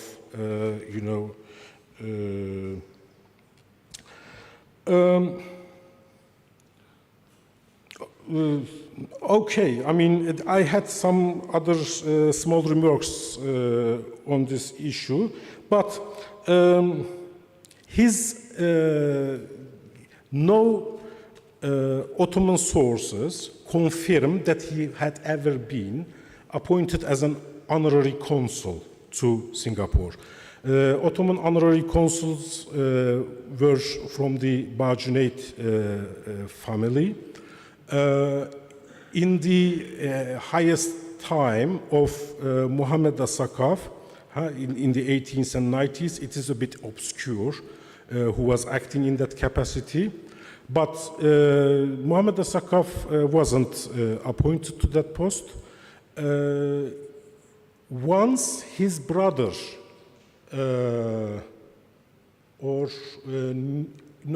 his cousin, paternal cousin, Abdul Qadir As-Saqqāf was suggested for the post, but probably because of British reluctance, the appointment did not occur. In any case, this narrative. This figure, I think, while studying As-Saqqāf, I felt like I was walking into a microcosmos of the late 19th century colonial world, where various colonial actors, British on the one side, Dutch on the other side, because his business and his activities had also, things to do with these administrations, and the Ottomans on the other side. I think a more comprehensive study on his activities, starting with his business activities especially, on the basis of local Singaporean or family records, would be a very productive work. And if there are enough family records on his activities, business activities or other activities, I think it will be a very good PhD thesis as well. As I said, if there is enough local sources, because on the basis of Ottoman sources, I think this is not manageable. Okay, I will keep it here. Thank you very much.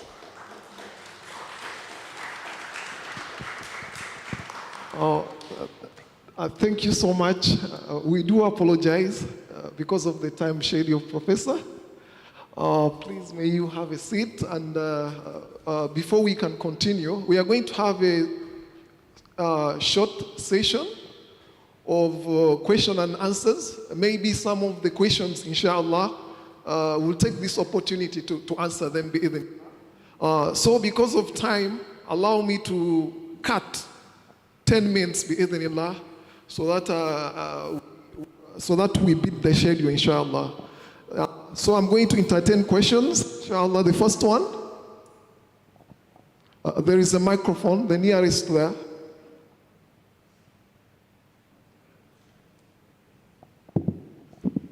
Assalamu alaikum. İsmail hocam, thank you very much. Hoş geldiniz. Sorumu Türkçe sorayım. Sonra İngilizce bir şekilde çeviririz. Hocam, As-Saqqāf ve Muhammed Davuşşah ilişkisi gayet ilginç. Davuşşah'ın yanılmıyorsam 1904'te İstanbul'a bir şekilde bir mektup gönderme çabasında olduğunu söylüyor bazı kaynaklar. Ez-Zahir 1864'te açığa geçmeden önce Sultan Ebu Bekir'in, o zaman daha sultan değil, Maharaja,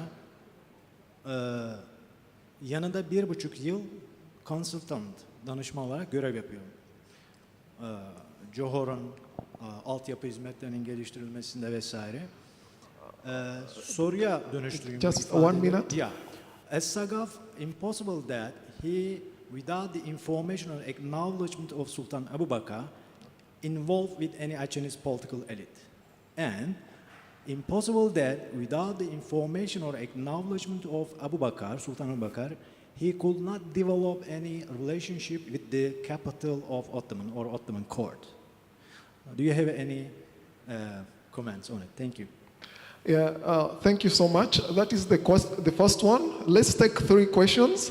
So the ones who are going to answer, please, for the benefit of everyone, not all of us we have a universal language we all understand, so we'll ask you to communicate in English, bi'idhnillah, for the better of all of us.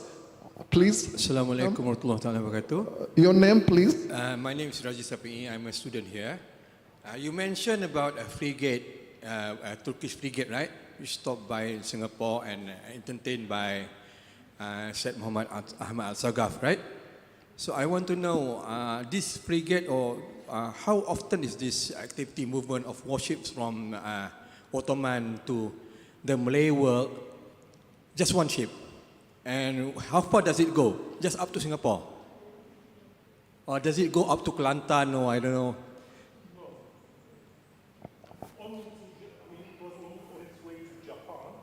On the way to Japan? I see. So along the way, it's just passing by, yeah? No involvement with, say, freedom fighters, Malay, because we are also fighting the British at that time, you know? Okay. Okay, thank you. Can we have the third one? Prof, inshallah, you can continue and answer. You can continue, please.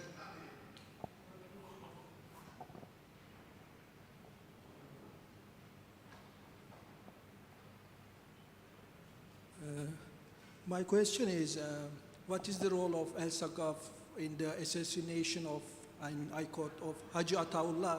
You mentioned in abstract, but I think it's really important to know your opinion about this issue. Thank you. Thank you so much, Prof. You are welcome. Thank you very much for your questions. The first one about this As-Saqqāf and Johor relations with the Ottoman Empire, if I got it correctly. That is, if I'm not mistaken, Az-Zahir is a cousin of Muhammad As-Saqqāf, or somehow related to it. We can place my answer on this specific question to my wider answer and, opposition to the, what is conventionally said about the Hadrami role in Southeast Asia. That is, both colonial administrators, colonial writers, as well as the academic literature that had been produced on this issue, are tended to depict the Hadramis as a kind of, especially in connection with what they call pan-Islamism, and the word I always try to avoid to use, as agents of Ottoman policies in the region. My position on this issue, it is not like that. I say that they played a more important role in making the voices of this part of the world heard in Istanbul. Their main role was, in fact, in that direction. The colonial perception is that, you have this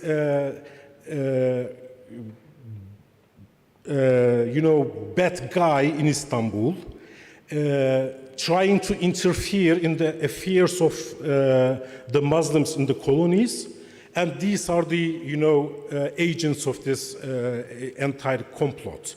And this is not how it works. I mean, from the very early period onwards, the Hadramis served primarily as a means to carry the voices of this place to Istanbul, because they were well connected to the Saiyid network. They had access to higher echelons through this Saiyid network, through Hijaz, and I think Muhammad As-Saqqāf played this role also with Johor. I do, in that sense, I think it is very surprising, maybe not surprising, but, something that we should question, why Wilfred Scavenblunt never mentioned his name on his detailed account of Sultan Abu Bakar's visit to Egypt, Cairo, and Istanbul. Is that okay? Yeah. Yes, please. Tamam mı? Heh, gözlüklerimi takmayınca hocam tamam, okay, thank you.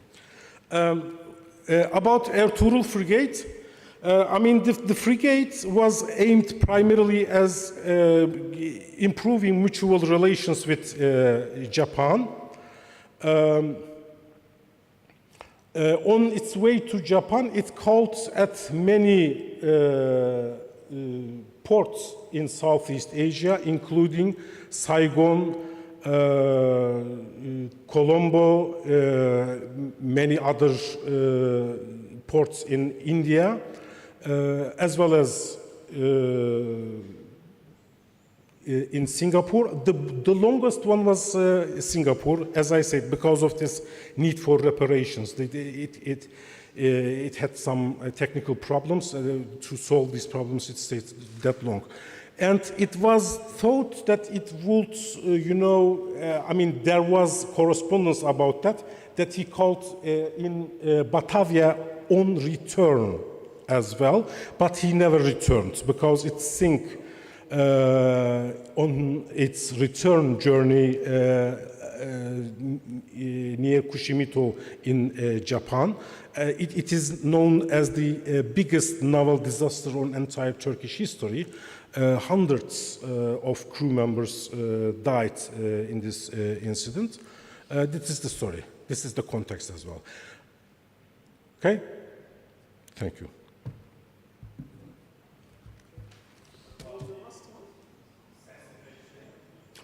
Sorry, assassination. Yeah. I didn't notice this one. I don't believe it. I mean, he's Süleyman Şükrü. He visited Singapore in 1806. Muhammad As-Saqqāf was probably still alive because Muhammad As-Saqqāf died in 6, but which month I don't know. Süleyman Şükrü arrived in February. And what he tells in his narrative, what he writes in his narrative, has some information that is not congruent with the historical facts. And he says that he obtained this information from very trustable people in Singapore. They were all in conformity. He says that Muhammad As-Saqqāf consented to the assassination of Ahmet Ataullah Efendi. That was the first Ottoman consul that arrived in 1901 and died in a car accident in 1903. I think the narrative that we have on the basis of news reports, etc., is more reliable than what Süleyman Şükrü tells us on the basis of hearsay in 1906. He could have probably visited As-Saqqāf family, but he didn't, apparently. But I mean, this narrative is also more telling about,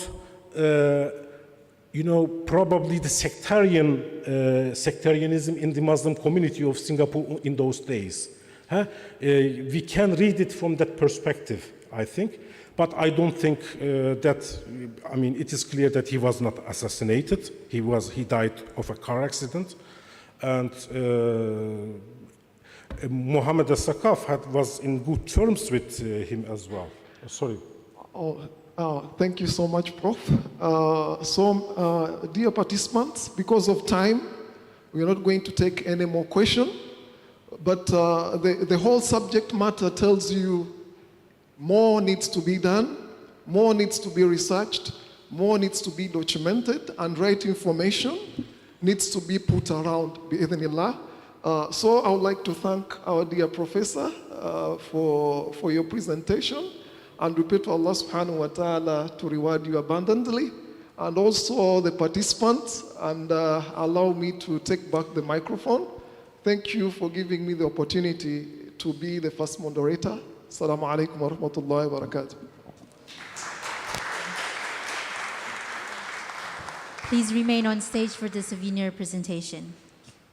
We thank both Professor Dr. Ismail Hakki Kadı and Brother Adam Musa for the session today. And now I welcome Dr. Aḥmad Temel, Counselor for Religious Affairs at the Embassy of the Republic of Turkey, to give a souvenir to our guests today.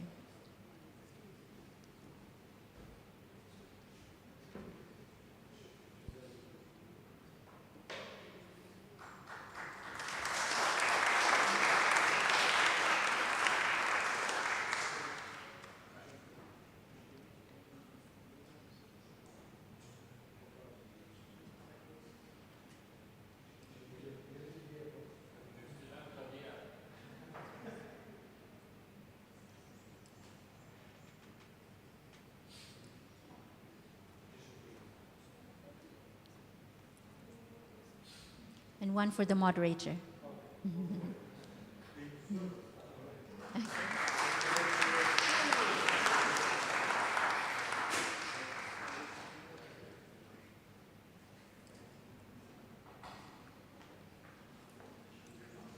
Thank you. Yeah, you may leave. Yeah, sure. We're going to continue with the, session number 2. Thank you, Dr. Aḥmad.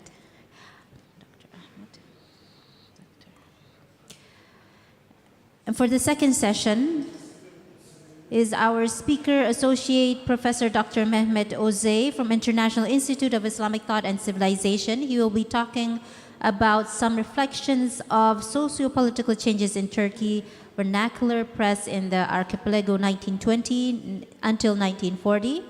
And our moderator is Mr. Arif Arman. He is a graduate from SOAS University of London, and in religion on global politics, and his dissertation was on Jewish ethics. So without further ado, we invite Associate Professor Dr. Mehmet Özay to present his presentation. The floor is yours. Oh, maybe, sorry, Arif wants to introduce him. First Arif, right?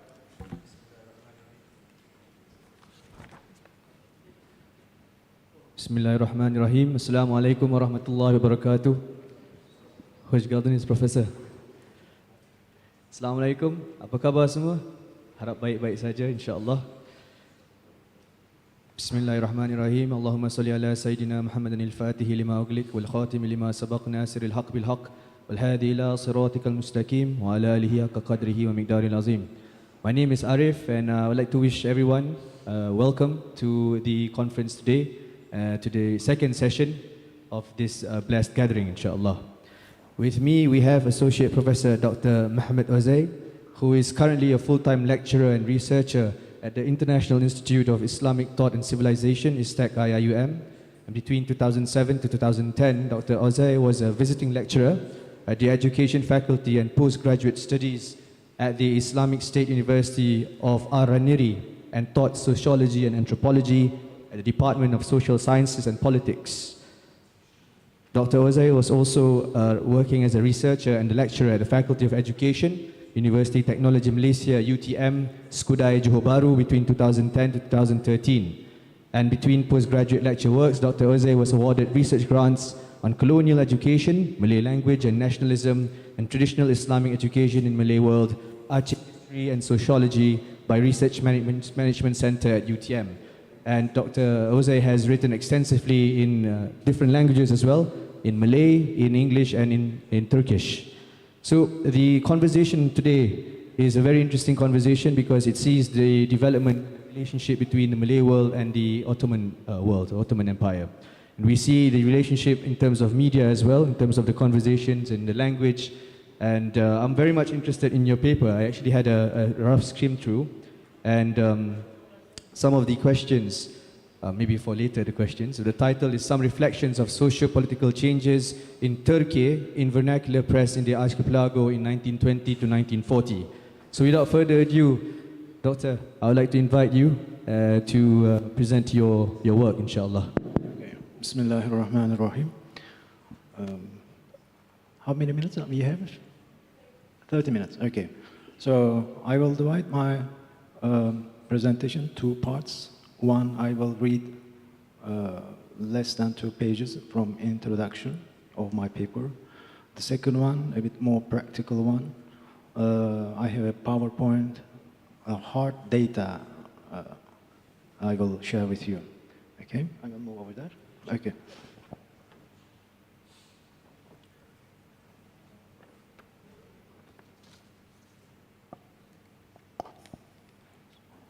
Bismillahirrahmanirrahim. Alhamdulillahi Rabbil Alameen. Wassalatu wassalamu ala ashrafil anbiya'i wal mursalin wa ala alihi wa sahbihi ajma'in. Rabbi shrah li sadri wa yassir li amri wahlul 'uqdatam min lisani yafqahu qawli. Assalamu alaikum wa rahmatullahi wa barakatuh. Dear professors, colleagues, friends, old friends, new friends, welcome to ISTAC. Again, we are together for another Ottoman Malay World Studies conference. We have been in this geography as scholars, researchers since 2005. Özay Hocam is the most experienced ones in this field. Thank you very much for his contributions since his PhD in 1994, as far as I remember, and his quite extensive writings. And Ismail Hakki is an expert of this field because he studied in Dutch, the center of colonial administration, half of this geography. So, by your permission, I would like to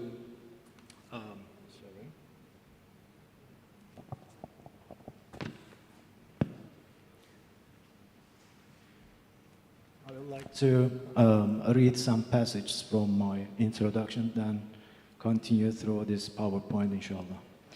This paper can be considered somewhat as a continuity of previously published article to which I contributed briefly. It was titled as follows: Turkish Laicism in Indonesia's newspaper 1920-1940 and its influence on Indonesian secularists and Muslims' thoughts. This is a paper co-written by Prof. Yon Mahmudi, University of Indonesia, and the brother Frail Ramadan, civil servant at National Library of Indonesia. The paper published in 2021. This is a preliminary attempt to read the historical relations in a general perspective between the Ottomans and the Malay principalities. This study entails a modest effort to revisit the past relationship between the Ottoman state and the Malay societies by interpreting it in an alternative view through changing spectacles and noting the dissonance in the process. Okay, we will give a break. Okay.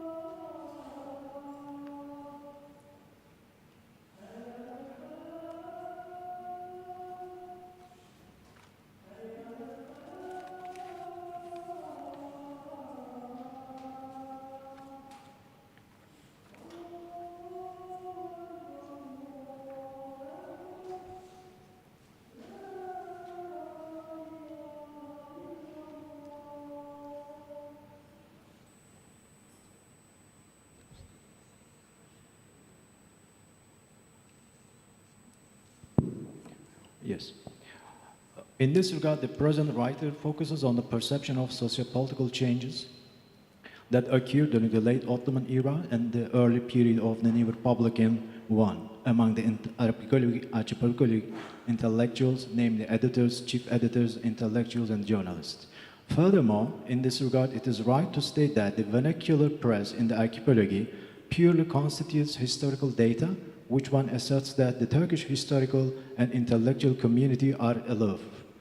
Besides, the intellectuals' interest in the changing processes in Asia Minor should be considered as a continuity of a sense of history rooted in the 16th century correspondences and the direct visits of some individuals to both geographies. In this sense, it will not be wrong that the initiation and development of vernacular press, with all its diverse ideological branches in the archipelago, aligned with modernization, modern nation states, and the relevant concepts.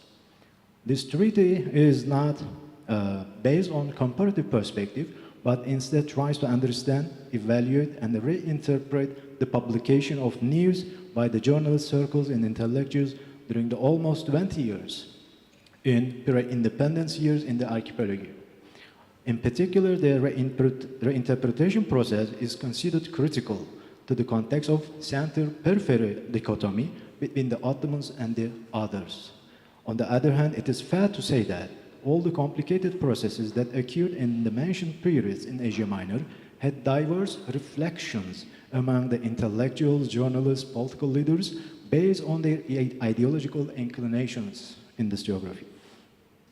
This is a novel aspect of the Ottomans and the general Malay world studies because first time, Laicism and the secular tendencies became strong waves in either way of accepting and rejecting the relevant discourses and practical policies, in particular, occurred in Asia Minor during the mentioned period.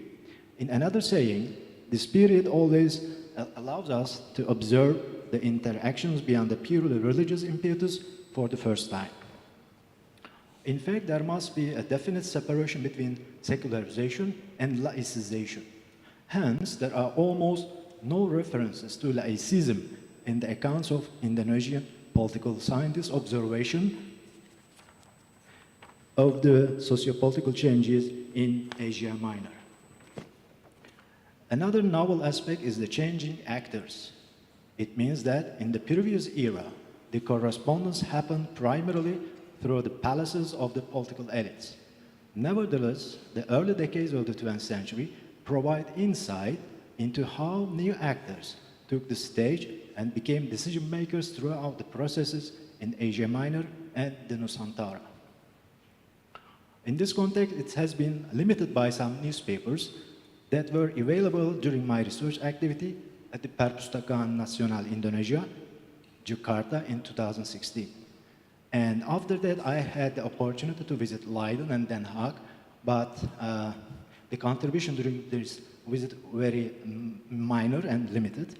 And later on this year, I visited again National Library of Indonesia last July and August. Again, I didn't focus on these newspapers, but incidentally, I came across some other sources. The political and social transformation in the late decades of the Sultanic realm and the early decades of the Republic of Turkey had widespread efficacies among the Muslim communities in diverse geographies. This transformation was related to secularization, laicization, and modernization, or, in other words, a total transformation of the state based on Enlightenment epistemology and the society based on the reflections of the mentioned epistemology. While one studies this process in relevant countries, he primarily argues for one-way impact in the context of the perspectives developed by the Ottomans and the Republicans. However, there is another way to comprehend and interpret this transformation about how the other mostly Muslim societies interpreted it.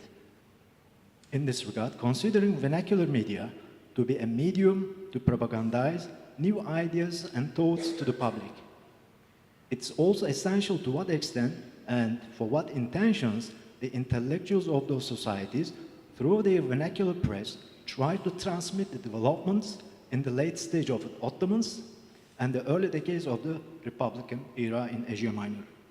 By this, I assert implicitly that the intellectuals in the archipelago had definite social and political intentions.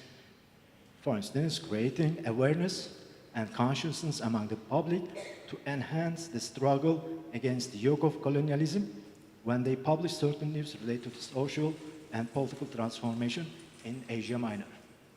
For that reason, the subject of this research inquiry has two main branches.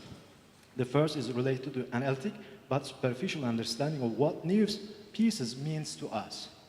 The second one is how the archipelagic intellectuals acquired knowledge through this news. Now I can move on to slides.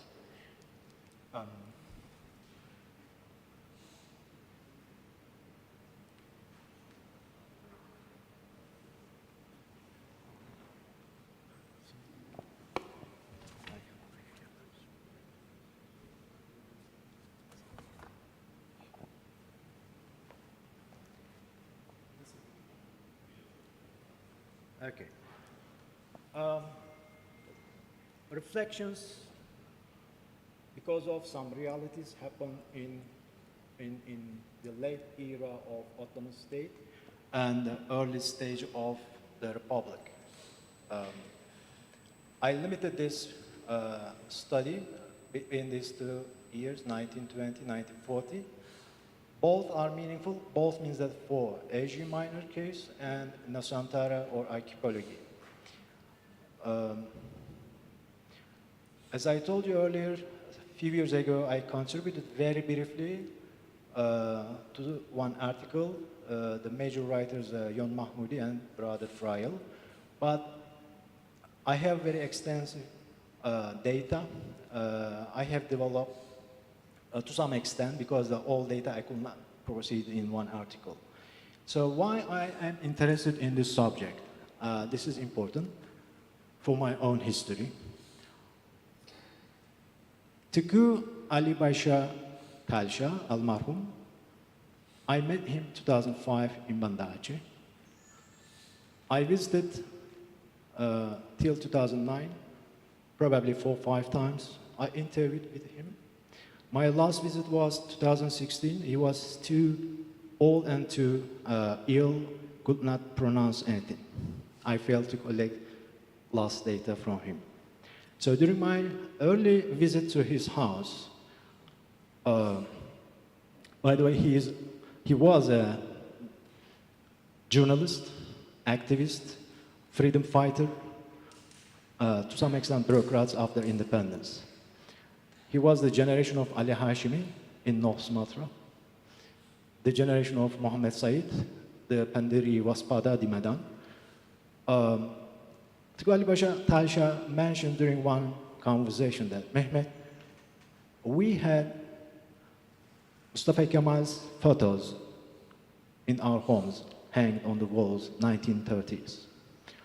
I couldn't get the exact year, but I guess after Mustafa Kemal passed away in 1938, November 10th. I don't think that this is just one single example, because of other oral history mentioning that this figure had some significant impacts on the political mindedness of people over here. And after this oral history, I found opportunity to read some vernacular press in Singapore between 2011-13, but not the Batavia-based newspapers. And then later on, 2016, I visited constantly for 6 months, unless there was no any public holiday. Every day spent in Jalan Salembaraya, National Library of Indonesia. I collected some newspapers about the changes happened the last 4 or 5 years of the Ottomans and the early 20 years of the Republic of Turkey. So structure of presentation, I already finished my half of time, I guess. Background of study, Mustafa Kemal change and confusion, vernacular press, hard data, the modern phenomenon, social-political changes, Muhammad Hatta and Khalifa issue, direct correspondence, Ali Mahanam in Cairo, and A.S. Harahab. I couldn't find the early, the capital letters, what his exact name. I searched, but I failed. Harahab, famous family or clan in North Sumatra. He visited Anatolia. So, I don't have time, but just pronounce the names, the early contributors from Turkey. Cengiz Orhon el-Marhum, he introduced Turkish academia in the Indian Ocean Studies, and his student Salih Özbaran, still alive. I visited him 2018 in Izmir.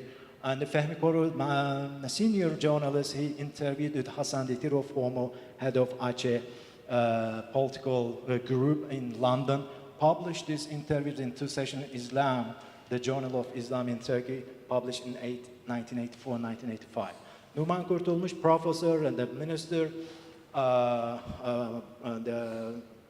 many positions in the governments in the last 30 years. He became a very important figure, political figure. He wrote a book, 1986, Aceh and Sumatra dossiers, the file of Aceh and Sumatra, or the issue of Aceh Sumatra. Coşkun Aral is the war photographer. He visited personally a few times Aceh, 2000 during the war, but he was sacked away because of the military rule over there.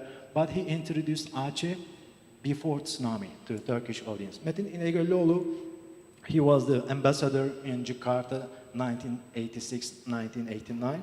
He visited personally Aceh, find out orang keturunan dari Turki di Kampung Pande, Banda Aceh. He interviewed, he participated one PKA-3, the Pekan Kabudayan Aceh, Aceh Culture Affairs or the festival, the third one. He presented one paper as ambassador. So these are the things we learned something implicitly before coming to geography. So this whole work, I mentioned this one, two parts, passive resources. I mentioned the Perpustakaan Nasional Indonesia. And this is the photo. This Tasvir-i Efkar, one of the Ottoman calligraphy Turkish newspaper. Few references I found out this journal in Batavia newspapers. So this is Mustafa Kemal, 1992 and 1922, with the other members of parliament during that time in Ankara. Leadership of Mustafa Kemal. Mustafa Kemal just, this is quotation, just as we are witnessing the break of the day now, I see from after all nations in the East waking up, there are yet many brothers nations which are to gain their independence and freedom. Their rebirth will doubtless be directed at advancement and happiness. In spite of all the difficulties and obstacles, these nations will certainly be victorious and achieve the sovereignty which is awaiting them. In my information, Mustafa Kemal did not send any delegation to Southeast Asia, probably India, but his prediction something about the independence and freedom in these colonized lands. And this quotation from İsmail Soysal, one of the senior political scientists in Turkey.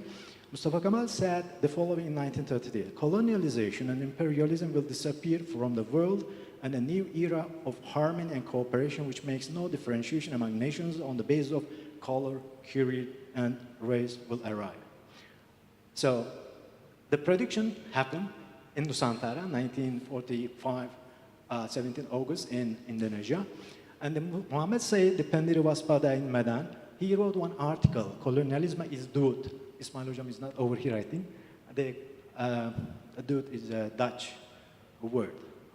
So 1948, already two and a half years after the independence, colonialism already dead. So Ismail Soysal carrying on discourse about Atatürk's, Mustafa Kemal's ideas. The impact of his ideas, Mustafa Kemal's ideas, occurred naturally. The extent of the impact in the Muslim world from Morocco to Indonesia, in many African countries, not clear at the beginning. But as these countries achieved their independence, they expressed their admiration for Atatürk, which they had kept sacred on account of their fear from foreign administrations. Of Sukarno in Indonesia are examples of such admiration nourished sacredly. We know that, it's clear, Sukarno read Mustafa Kemal's, Ziya Gökalp, Halid Vadıvar, all these founding fathers, or the brains of the Republican era, secular-minded people probably we can say.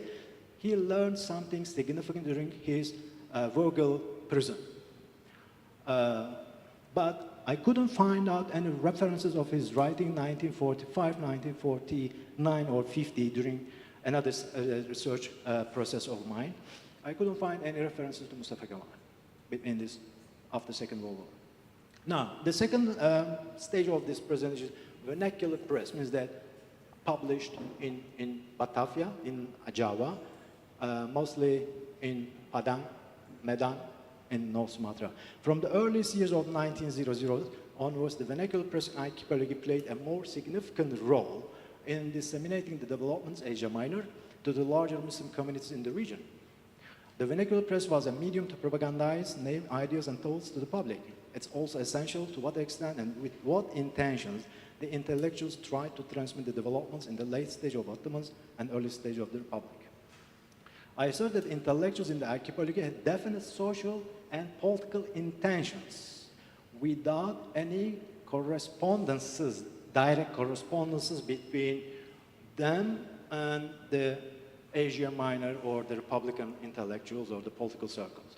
Creating political awareness and consciousness among the public to enhance the struggle against the yoke of colonialism when they publish certain news related to social, political transformation in Asia Minor. We also observe the same processes these intellectuals in Batavia or North Sumatra. They closely followed up developments in China, Sun Yat-sen, in India, Mahatma Gandhi, and the other figures who contributed their own relevant nations to get freedom, to get independence.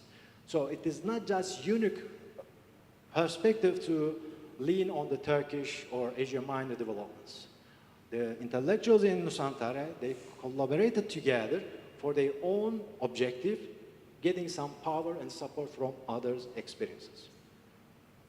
Some of the vernacular press can be classified as Islamic newspapers because of their political stance and being supported by some socio-religious groups like Muhammadiyah, who supported the issues of Khalifa and other Islamic institutions such as Islamic education, etc. Another group under the category nationalist press seems to have justifications, the secularization, read as laik, process in Turkey because of relevance with modernity, because they left behind the monarchies in Nusantara, or on the way to leave behind these old established political groups, and try to transform Nusantara people into a new life, into a new political system. Just a few reporters and writers provide their full names in these news, pieces of news. This is interesting. It means that anonymous news. Most of the pieces published anonymously. Another interesting point is that the papers were not printed in Jawi. These are Romanized letters used. It is argued that Jawi, form of Malay language, was not popular with readers in Java Island. This quotation from Aḥmad Adam. Hard data. What I have done till today in the last, say, 10 years, 1 decade, I scanned 27 different newspapers. And total news about Turkey, I will give some classification, what Turkey, what names, which names. 146, almost 150 news I collected. Pieces of, without publication use, because of this, the weakness I will mention, I hope I have time enough. This is the difficulty in the fieldwork, ethnography. The newspapers does not inform us everything because of because of the climate, affected these papers, or because of not well protected by the authorities, so on. So weaknesses emerge from this, not from myself. Okay, these are the newspapers. I will not read all of them. There are total 27 from Batavia, Surabaya, Medan, Padang, Aceh, different parts of location, maybe intellectual centers we can name these cities. They always produce. And this half page about Abdul Hamid. I remember this 50s or 60s series of writing about Abdul Hamid, introducing in 1920, after his term. So, examples of ideological inclinations of some papers, let's say titles of 9 of these newspapers are Islam or Muslim, including. I do it relatively, but I will probably write the details, which one is following some other ideologies. Bentara Hindiya, one example, a Catholic newspaper, quoting Turkish news or developments. Fikran Rakyat, leftist-oriented paper. Servan Kita, nationalist newspaper. So it means that ideologically there is no any inclination separated from others. If they find out any supportive ideas in this news, they published in their newspapers. So no years mentioned, 25 pieces of this, I couldn't find the years. And the name of these papers without years, Bintang Islam. Bintang Islam, one of the earliest significant paper. Normally I collected 1924, the issues, but the others I couldn't find, probably early and just after this year. Kamajuan, 2 pieces, there is no any dates. And Sora Aceh, there is one and the others. Just examples. So, I mentioned, as you see in my title, 20 and 40, 1920 and 1940. But I put some examples, early examples, even the late 19th century. There were some news from Ottomans, but I excluded these ones. Starting from 1904, 1912, because the very drastic changes happened, Balkani War, 1908, the Ittihad Terakki rule, and Abdulhamid's dethroned from the rulership. So 1904 until 1903, there are 14 subjects, different news mentioned in these newspapers. 1930, 20 and 30, there are 48 subjects. But when we go into details, 1924, 22, the highest, because of changes, a new republican already founded, and the Khalifaship abolished, so reflections more, it seems that. 1930 and 40, 58 pieces of news. Again, 1938, the year, the demise of Mustafa Kemal, 18 news, the highest. You can predict some more engagement with this development. So who wrote about Turkey? Of course, there are news transmitted by some reporters or some news agencies, particularly the Western, of course, who were operating in Penang or Singapore or Batavia. But beyond this, some other figures, let's say, Pidato Muhammad Hatta. He talks about Turkey, Turkish developments and the changes so on. It was published in Samangat Pamuda. Muhammad Hatta, another article, very important article, I guess, Khalifa, talking about the Khalifa change and the impact of this political situation in Turkey and reflections in Nusantara. A.S. Harahap, Dalam Dünya Islam, the title of this branch, I mean Dalam, or Foreign Affairs, or the Foreign World, sorry, Dünya Islam. Fajar Meningin Singh, in the publication of Dewan Islam. Haji Agus Salim, another important figure, the first foreign minister of Indonesia. Mustafa Kemal Atatürk, very clear title after he passed away. I remember it is a very long article. Alima Hanım, there is one news. There is just one name, Alima Hanım. Who is she? I don't know. But she reported in Cairo, or from Cairo, the title of Kaum Ibu Turki. Charanya Al-Ghazi Mustafa Kemal Mehmet bin Kaum Ibu, the father of women, let's say, Ghazi Mustafa Kemal. Okay? A woman reported in Cairo. Alima Hanım reported from for Fajar Islam. This is Islamic journal, a newspaper, in Nusantara. But she sent the news from Cairo. This city was considered the central meeting point for intellectuals and intellectual activities. What I mean over here, she collected news directly from Turkish intellectuals in Egypt, or she got news from Anatolia directly. Taman Istri Kaum Ibu de Turki, a 2-page report, referring to the significant revolutionary changes. Let me go this better. Ottoman women, from where to where the change happened. Family-oriented, okay? They kept themselves, or they were kept at home, or harem, or konak. Separation from males in public spaces significantly. So what happened after 1922 and the new Republic of Turkey? Westernization process significantly happened by the power of the state. Women wore short Western hair like Western women. Went to shops and offices. visiting coffee houses known as places for on-demand in the recent past, participated in dinner parties, entertaining themselves by dancing till late hours in some colorful venues in the evenings. So she states that all these changes were happening because Mustafa Kemal had a solid intention to transform Turkish society. So Khalifa, about the Khalifa issue, there are major publications. And Muhammad Atta, he wrote about a paper of Caliphaship in Bintang Islam, stated that the victory, he informs, prepared the right readers, right? He talks about the independence war in western part of Anatolia, started from Afyon, Karahisar until Izmir. And the political gain at the pace of Lausanne in 1923 opened new opportunities for Turkey. After the political change, there was a normalization process. I believe that he prepared himself to reach this Nusantara community. While emphasizing abolishing the Khalifa institution, he asserted that this happened because of foreign influences. After Wahdeddin lost his power in Istanbul, the person elected as Mufti by the parliament in Ankara was charged with the responsibility of Khalifaship. Hatta quoted the statement of the new Mufti about Wahdeddin's betrayal of Islam. This is very interesting. Betrayal of Islam, and because of this reason, he could not continue as the leader of Muslim Ummah. After a while, the parliament, Republican parliament in Ankara, would elect another Khalifa. I get some ideas throughout my readings, some expectations that Mustafa Kemal will be a new Khalifa. Expectations of Nusantara people. Because the image, up and downs, right?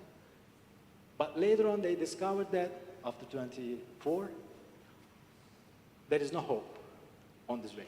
So they concentrate on more modernization process because they needed this process in Nusantara after getting independence.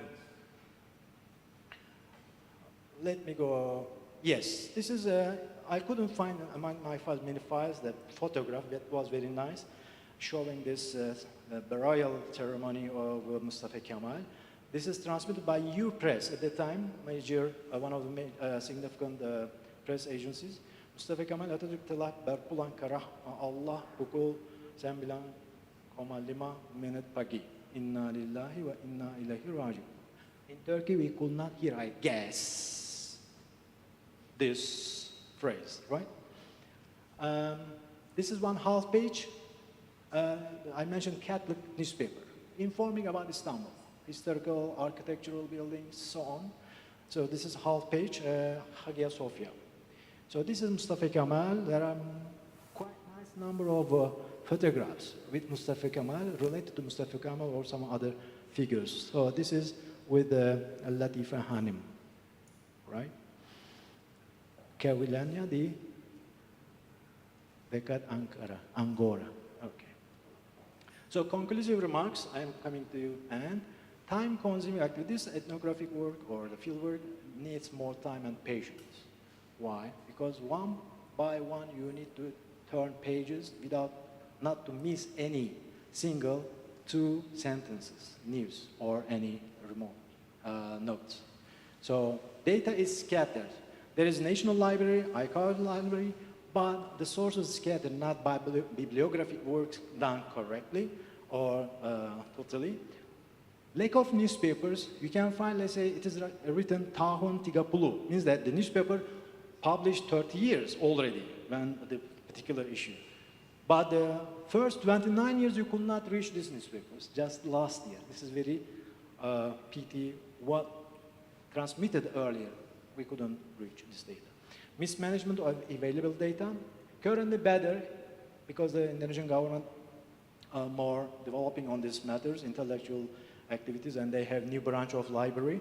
Allocation of limited time. As foreigners, it is difficult to enter these libraries. They ask many things, many documents, but if you are lucky or you know how to tackle with the people, you could easily enter and do your business. And colonial sources inaccessible. Let's say one source in Medan. Avros is this company for rubber and tobacco. They have very nice documentation, but they do not allow us. They say this is a private company already run by the association, we could not allow you to go in. So these are the difficulties as researchers in the field. Thank you very much. Arif, please, flowing. Thank you very much for the compelling discussion. We have some time for questions if anyone would like to ask a question. But I'd like to also perhaps share this statement from the book by Patrick Kinross, Atatürk, The Rebirth of a Nation. So when Mustafa Kemal Atatürk died or passed away, there was a female admirer who said, and this is with regards to the President İnönü, Turkey has lost her lover and must now settle down with her husband. So it goes to show how much of a relationship that he had with the women of Turkey. It's a very interesting relationship. So my first question, what is the relationship between the laïcité in France and in Turkey? Was it a similar type of laïcité, or was it assertive secularism, or is it a passive laïcité? I think it is not my task to answer, right, Hocam, Mahmud Hocam? As political scientist, you are over here. But briefly that this is not the starting point. During Mustafa Kemal or Republican era, they did not discover recently this French Revolution or French realities. Since the beginning, let's say late 18th century onwards, Ottoman intellectuals, political circles or court circles, they were aware of what's going on in France. And they emulated or tried to understand and then implement the same steps probably in education, in the bureaucracy, transforming or reforming bureaucracy, at the same time nationalism. But the fact that nationalism came late to the Ottomans or the Turkish Ottomans, before the older nationalities in Balkania, in Arabia, in North Africa, they gained the power already, intellectual power from the French Revolution. But French culture, French intellectuality already exists in Ottoman 19th century. Atatürk just put the dot, I guess, a significant dot, had a barrier with the Western civilization, culture, Eastern civilization and culture. That's why I earlier told you some perceptions, probably vicious among the intellectuals in Nusantara, Mustafa Kemal will be a new Khalifa. The reality after a while, they discovered that no, the total opposite development. He became westernized or totally westernized the country, starting to women or start from the head to the daily life of women and the other revolutionary changes, alphabet, education, madrasa, religious education, Wakaf institutions, many things happened. Then I guess Nusantara intellectuals had some limitations to these changes, but they focus on a role model of modernization of Mustafa Kemal and the Republic. Would you then say that, for example, if the intellectuals in Indonesia knew that Mustafa Kemal wasn't going to be the new Khalifa, and he's going to be secular and modern, they focus on definitely the independence war against the puppets of the British in the Western Anatolia. After the independence war, they see the Khalifaship in Istanbul became losing the power, and the new power emerging in Anatolia, Asia Minor, a nationalist power. But this is a learning process. Even in Turkey, I guess, during that time, some other historians, the Turkish historians, or historians who studied that particular period, they could not find any predictability what will happen soon, right? It is more difficult for the Nusantara intellectual journals to predict, but they continue to transmit the news and the developments based on this data. Thank you. It's very compelling. If you've got any questions from the floor, inshallah, maybe one or two or more.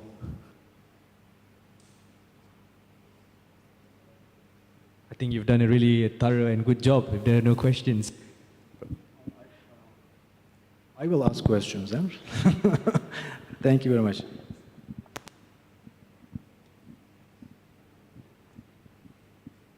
All right. If there are no questions, perhaps we could, if any questions arises after, maybe we can meet with Dr. Özay after, if that's okay, inshallah. Maybe you can also share your email address. Thank you very much for your time, and inshallah we will have a fruitful session later on as well. Jazakallah khair. Assalamu alaikum wa rahmatullahi wa barakatuh.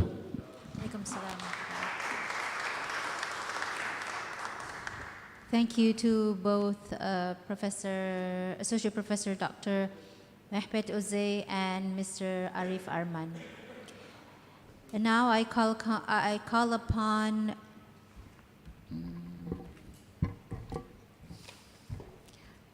wait a second. I call upon Professor Dr. Said Farid Al-Atas, Director of ASIA-WE, to present tokens of appreciations to both of our guests today.